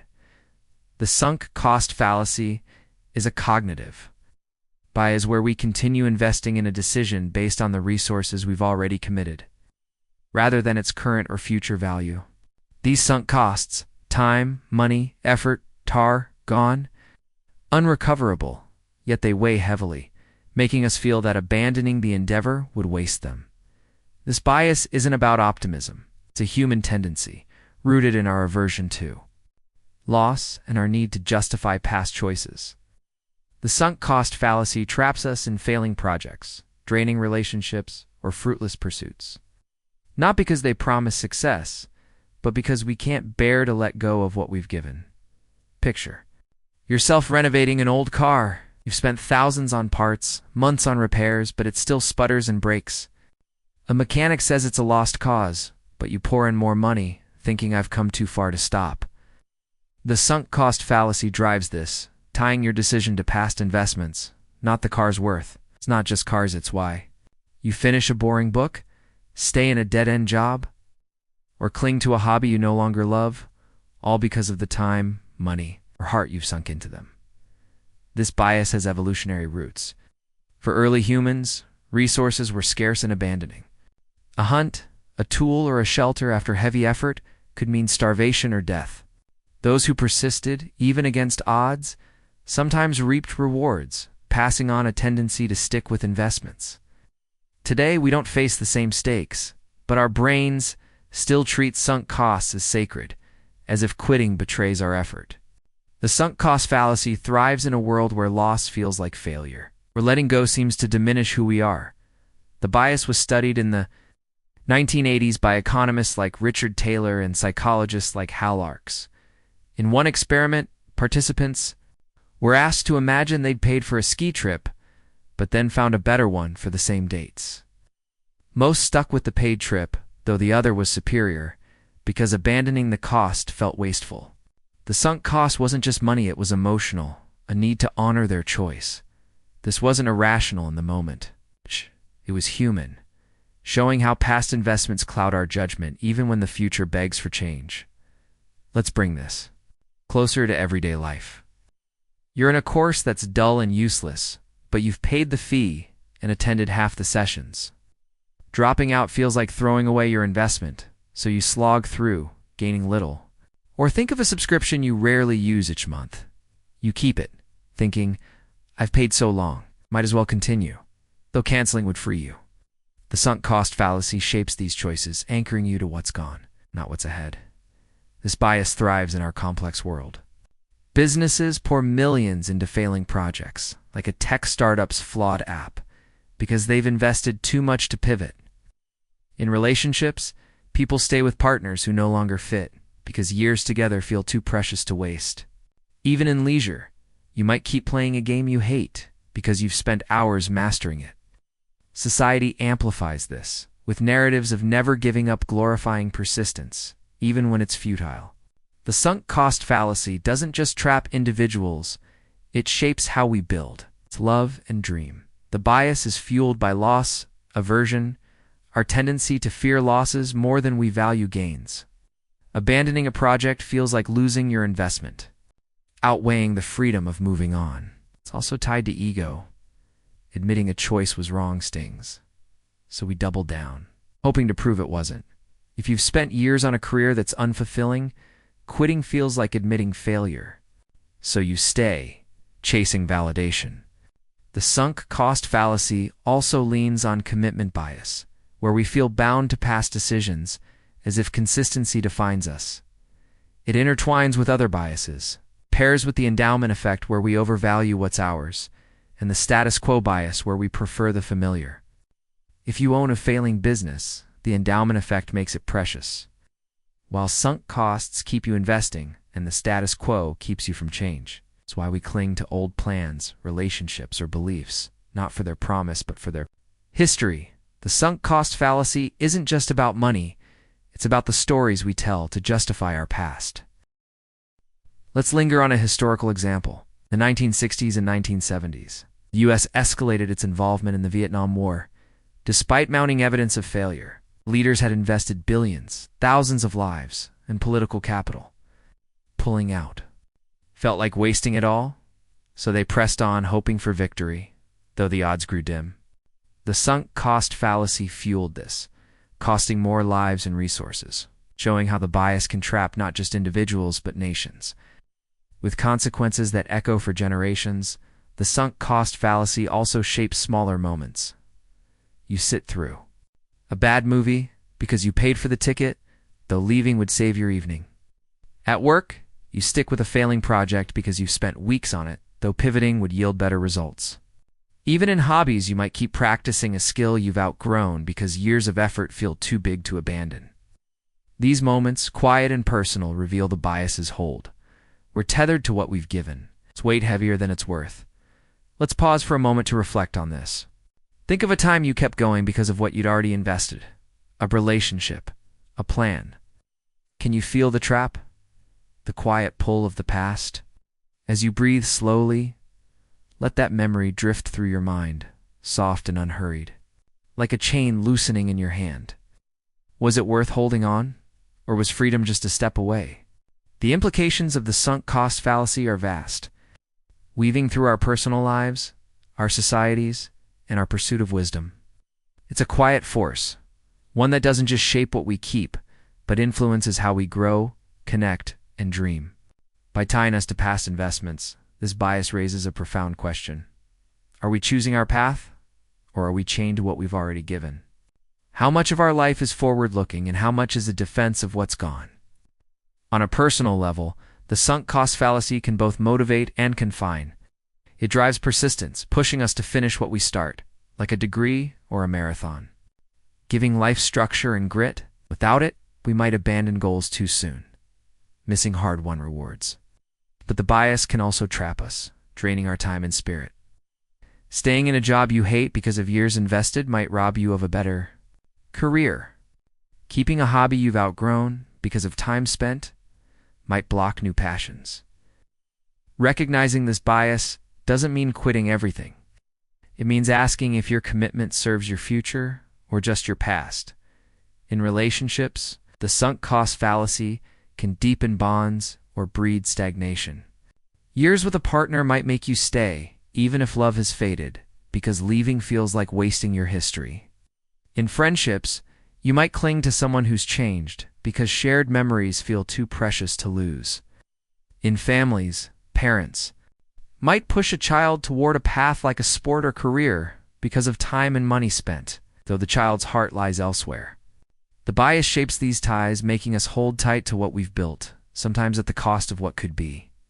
On a societal level, the sunk cost fallacy drives collective decisions, often with sweeping consequences. In business, companies pour billions into failing ventures, like blockbusters, late push into streaming, because they've invested too much to pivot. In policy, governments fund outdated programs like Cold War-era defense systems, because scrapping them feels wasteful. The Vietnam War's escalation, driven by sunk costs, shows how this bias can shape history, costing lives and trust. Even in culture, societies cling to traditions or systems like fossil fuel dependence, because of past investments, delaying progress. The sunk cost fallacy doesn't just trap individuals, it molds economies, policies, and eras. This bias also affects how we learn and grow. In education, students might stick with a major they dislike because they've taken years of courses, missing a field that fits better. In science, researchers might pursue a flawed hypothesis because they've spent years on it, delaying breakthroughs. In innovation, startups might cling to a failing product because of sunk costs instead of pivoting to success. These patterns don't just guide knowledge, they define what we chase, what we abandon, and what we dare to rethink. There's a paradox in the sunk cost fallacy, one that makes it both a spur and a shackle. It's a spur because it fuels commitment, helping us push through hardship to achieve. Without it, we might lack the grit to finish what matters. But it's also a shackle, binding us to paths that no longer serve, simply because we've paid a price. The challenge isn't to ignore sunk costs no one can, but to see them for what they are, echoes of the past, not maps for the future. It's about choosing with eyes on what's ahead, not what's behind. Practically, understanding the sunk cost fallacy can transform how we navigate life. When stuck in a failing endeavor, you might ask, If I were starting today, would I choose this? If not, the past may be holding you, not the present. In relationships, you might weigh whether a bond is worth keeping or if history alone binds you. In work, you might pivot from a dead-end project, letting go of spent effort for better gains. These small acts don't erase the bias, they can't, but they help you move with clearer purpose, guided by what's possible, not what's lost. There's a deeper, almost spiritual layer to this. The sunk cost fallacy connects us through our shared struggle to let go. The friend who won't quit a failing dream. The leader who won't admit defeat, they're all you, tethered to what they've given. This universality invites empathy. Not just for others, but for yourself. For the ways you're shaped by the same need to honor your past. It's a reminder that choice isn't about erasing history. It's about embracing its lessons while stepping toward what's next. This bias also raises philosophical questions about freedom and purpose. If we're swayed by sunk costs, how free are our decisions? Are we architects of our lives or prisoners of our investments? Philosophers like Skrin Kierkegaard argued that true freedom comes from facing the void of choice, unburdened by past weights. The sunk cost fallacy suggests our path is partly paved by what we've paid for, yet in that burden lies possibility, the chance to cut the chain, to choose anew, to live for what's coming, not what's gone. Let's pause again, just for a moment. Think of a time you held on too long to a plan, a person, a dream because of what you'd given. Can you feel the weight? The quiet pull of the past? Picture it like a rope in your hand, heavy but not unbreakable. Through the gentle pull of the sunk cost fallacy, we've seen how our past investments shape our choices, guiding us with a quiet but powerful hand. It's a subtle force, one of many that weave through our minds. While we cling to what we've given, another bias makes us see the world through the lens of what confirms our beliefs, blinding us to other truths. Let's drift into that next, into the soft haze of the confirmation bias. As you relax, imagine a belief you hold dear, and let's explore why it feels so true. Imagine yourself in a quiet library, the scent of old books mingling with the soft rustle of pages. You're researching a topic close to your heart, perhaps a belief about the world. A cake as you champion, or a dream you hold dear. As you sift through articles, your eyes linger on those that echo your views, their words like a warm embrace. It's the ones that challenge you, though. You skim or dismiss, their arguments fading like whispers in the wind. Why is it so easy to see what aligns with your heart, and so hard to hear what doesn't? As you settle into the stillness of this moment, let's explore a subtle lens of the mind, the confirmation bias. It's the quiet pull that draws us to evidence supporting our beliefs while blinding us to what might unravel them. So, take a slow breath, let the world soften, and join me in this gentle unraveling of why we see what we want to see. The confirmation bias is a cognitive bias, where we seek, interpret, and remember information in ways that affirm our existing beliefs while ignoring or downplaying evidence that contradicts them. Like a gardener tending only two favored plants, we nurture ideas that fit our worldview, letting others wither. This bias isn't about dishonesty. It's a natural quirk. Rooted in our need for coherence and comfort in a complex world, the confirmation bias shapes our perceptions, making us architects of a reality that feels true, even when it's partial. Picture yourself debating a friend about a political issue. But you cite studies, anecdotes, or headlines that support your stance, feeling they're airtight. Your friend counters with opposing facts. But you brush them off. Those sources are biased, or the data's flawed, you think. Later, you search online and gravitate toward articles that echo your view, skimming past those that don't. The confirmation bias drives this, filtering the world to reinforce your position. Not because you're close-minded, but because aligning feels right. It's not just debates. It's why you trust brands you like, stay loyal to certain ideas, or see people in ways that match your first impressions. This bias has evolutionary roots. For early humans, group cohesion was key to survival. Agreeing with the tribe on hunting strategies, social norms, or threats fostered unity and safety.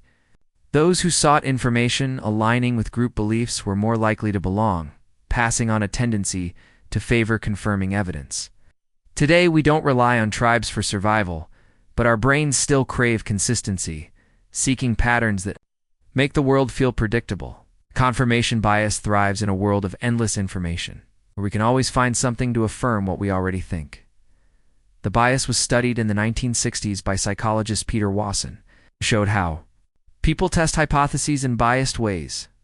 In one experiment, participants were given a number sequence 2, 4, 6, and asked to guess the rule. Most tested numbers that fit their initial guess like 8, 10, 12 rather than numbers that might disprove it. Like 7 or 9, they sought confirmation, not truth. Revealing a universal trait, we're drawn to what supports us, not what challenges us. This wasn't a failure of logic, it was human, showing how our minds sculpt reality around our beliefs. Let's bring this closer to everyday life. Considering a new diet and a friend swears by it, you read glowing testimonials and studies praising its benefits, feeling convinced. Contradictory research say, about side effects, gets less attention, it's less credible, you tell yourself. Or think of a coworker you distrust. Their mistakes stand out, confirming your view, while their successes fade from notice. Confirmation bias shapes these choices, curating a world where your beliefs feel unshakable, even when they're incomplete. This bias thrives in our connected world. Social media algorithms feed us posts that match our views, creating echo chambers where confirmation reigns. News outlets, tailored to audiences, amplify stories that affirm their readers' leanings, making opposing perspectives feel alien. Even in science, researchers might focus on data supporting their hypotheses, overlooking anomalies. 8. The confirmation. Bias doesn't just shape opinions, it molds how we learn, connect, and navigate an information-saturated age. The bias is fueled by cognitive ease and identity. Information that aligns with our beliefs feels intuitive, requiring less mental effort, so we embrace it. Contradictory evidence, though, sparks discomfort, cognitive dissonance that we avoid. It's also tied to who we are. Our beliefs, from politics to personal values, are part of our identity, and challenging them feels like challenging ourselves. If you believe a company is ethical, you might ignore reports of its misdeeds. It's not out of denial, but because your identity is at stake. The confirmation bias guards this self, building a reality that feels safe. It intertwines with other biases. It pairs with the availability heuristic, where vivid, confirming memories loom large. And the anchoring effect, where early beliefs set the tone. If you think a policy is flawed, you recall failures that confirm it, anchored by your first impression. While successes slip by, it's why we cling to first judgments, defend old habits, or trust familiar sources. The confirmation bias isn't just a filter, it's a sculptor, carving our world from the clay of what we already believe. Let's linger on a historical example. In the 17th century, the geocentric model Earth at the universe's center held sway, backed by scripture and tradition. When Copernicus and Galileo proposed a heliocentric model, with the sun at the center, many dismissed it. They sought evidence, like stellar parallax, that fit the old model, ignoring observations like planetary orbits that supported the new.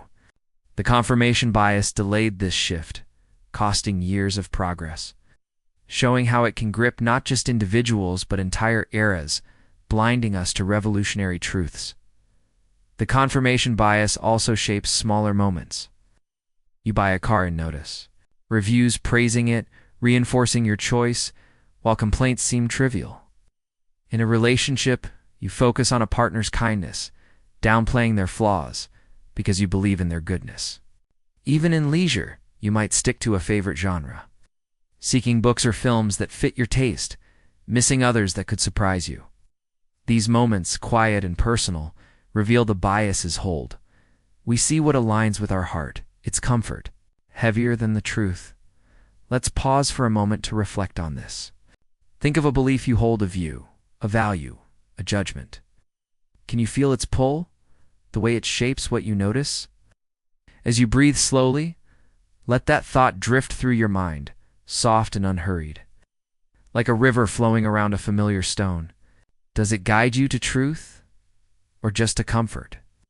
The implications of the confirmation bias are profound, weaving through our personal lives, our societies, and our pursuit of truth. It's a quiet force, one that doesn't just shape what we believe, but influences how we learn, connect, and dream. By drawing us to confirming evidence, this bias raises a haunting question. Are we seeking truth, or are we building a world that mirrors our desires? How much of our reality is discovered, and how much is crafted to fit what we already know? A personal level, the confirmation bias can both comfort and confine. It gives our lives coherence, letting us build beliefs that feel stable, like a house we trust to shelter us. Believing in a friend's loyalty, you notice their support, and life feels secure. But the bias can also blind, locking us into flawed views or habits. If you think a career path is right, you might ignore signs it's draining you, focusing only on its rewards. Clinging to a diet or lifestyle, you might dismiss evidence it's not working because it's yours. Recognizing this bias doesn't mean doubting everything. It means holding beliefs lightly, open to the possibility they're incomplete. In relationships, the confirmation bias can deepen bonds or sow division. You might see a partner's strengths, confirming your love, which builds trust. But if you distrust someone, every misstep reinforces your view, even if they've changed. In friendships, you might overlook a friend's growth, stuck on past slights that confirm old grudges. In families, parents might focus on a child's flaws or gifts, shaping their future through a biased lens. The bias molds these ties, making us see people, as we expect, sometimes missing how it deepens or distorts our connections, depending on how we see others. On a societal level, the confirmation bias drives collective outcomes, often with far-reaching consequences. In politics, it fuels polarization, as people consume media that affirms their views, dismissing the other side as misguided. The 2016 U.S. election saw this, with voters on all sides seeking news that confirmed their leanings, widening divides. In science, it can slow progress, as seen with geocentrism, where confirming evidence delayed truth. In business, leaders might back flawed strategies, focusing on data that supports them, costing jobs or innovation. The confirmation bias doesn't just shape individuals, it sculpts cultures, policies, and histories. This bias also affects how we learn and grow. In education, students might seek sources that affirm their thesis, missing broader perspectives. In science, researchers might cherry-pick data, delaying discoveries. In innovation, companies might cling to familiar markets, ignoring trends that challenge their model, like Kodak's fall to digital photography. These patterns don't just guide knowledge, they define what we explore, what we reject, and what we dare to question. There's a paradox in the confirmation bias, one that makes it both a shield and a veil. It's a shield because it protects our sense of self, giving us confidence in a chaotic world. Without it, we might flounder, paralyzed by doubt. But it's also a veil, hiding truths that don't fit, narrowing our view. The challenge isn't to eliminate this bias, no one can, but to peek through it. To seek the discomfort of contradiction, to build a truth that's wider than our wants, practically. Understanding the confirmation bias can shift how we navigate life. When forming an opinion, you might seek opposing views, not to argue, but to listen. In debates, you might ask, what would change my mind? In learning, you might explore sources that challenge you, broadening your lens. These small acts don't erase the bias, they can't, but they help you see with humbler eyes. Guided by curiosity as much as by conviction. There's a deeper, almost spiritual layer to this. The confirmation bias connects us through our shared need for certainty. The friend who clings to a cause, the stranger who trusts only their news, they're all you, seeking a world that feels true. This universality invites empathy, not just for others, but for yourself, for the ways you're shaped by the same longing for alignment. It's a reminder that truth isn't about rejecting belief, it's about balancing it with openness, finding peace in the search. This bias also raises philosophical questions about truth and freedom. We see what confirms our beliefs. How real is our understanding? Are we seekers of truth, or storytellers crafting our own? Philosophers like Immanuel Kant argued that our minds shape reality, filtering it through our lenses. The confirmation bias suggests our truth is partly a creation, built from what we choose to see. Yet, in that creation lies possibility, the chance to question, to widen our gaze, to live with a truth that's more than our own making. Let's pause again, just for a moment. Think of a belief that feels certain, a view, a value, a truth. Can you feel its comfort the way it shapes your world? Picture it like a window, clear but framing only part of the view. As you breathe slow and steady, let that image settle, a gentle nudge to look beyond its edges.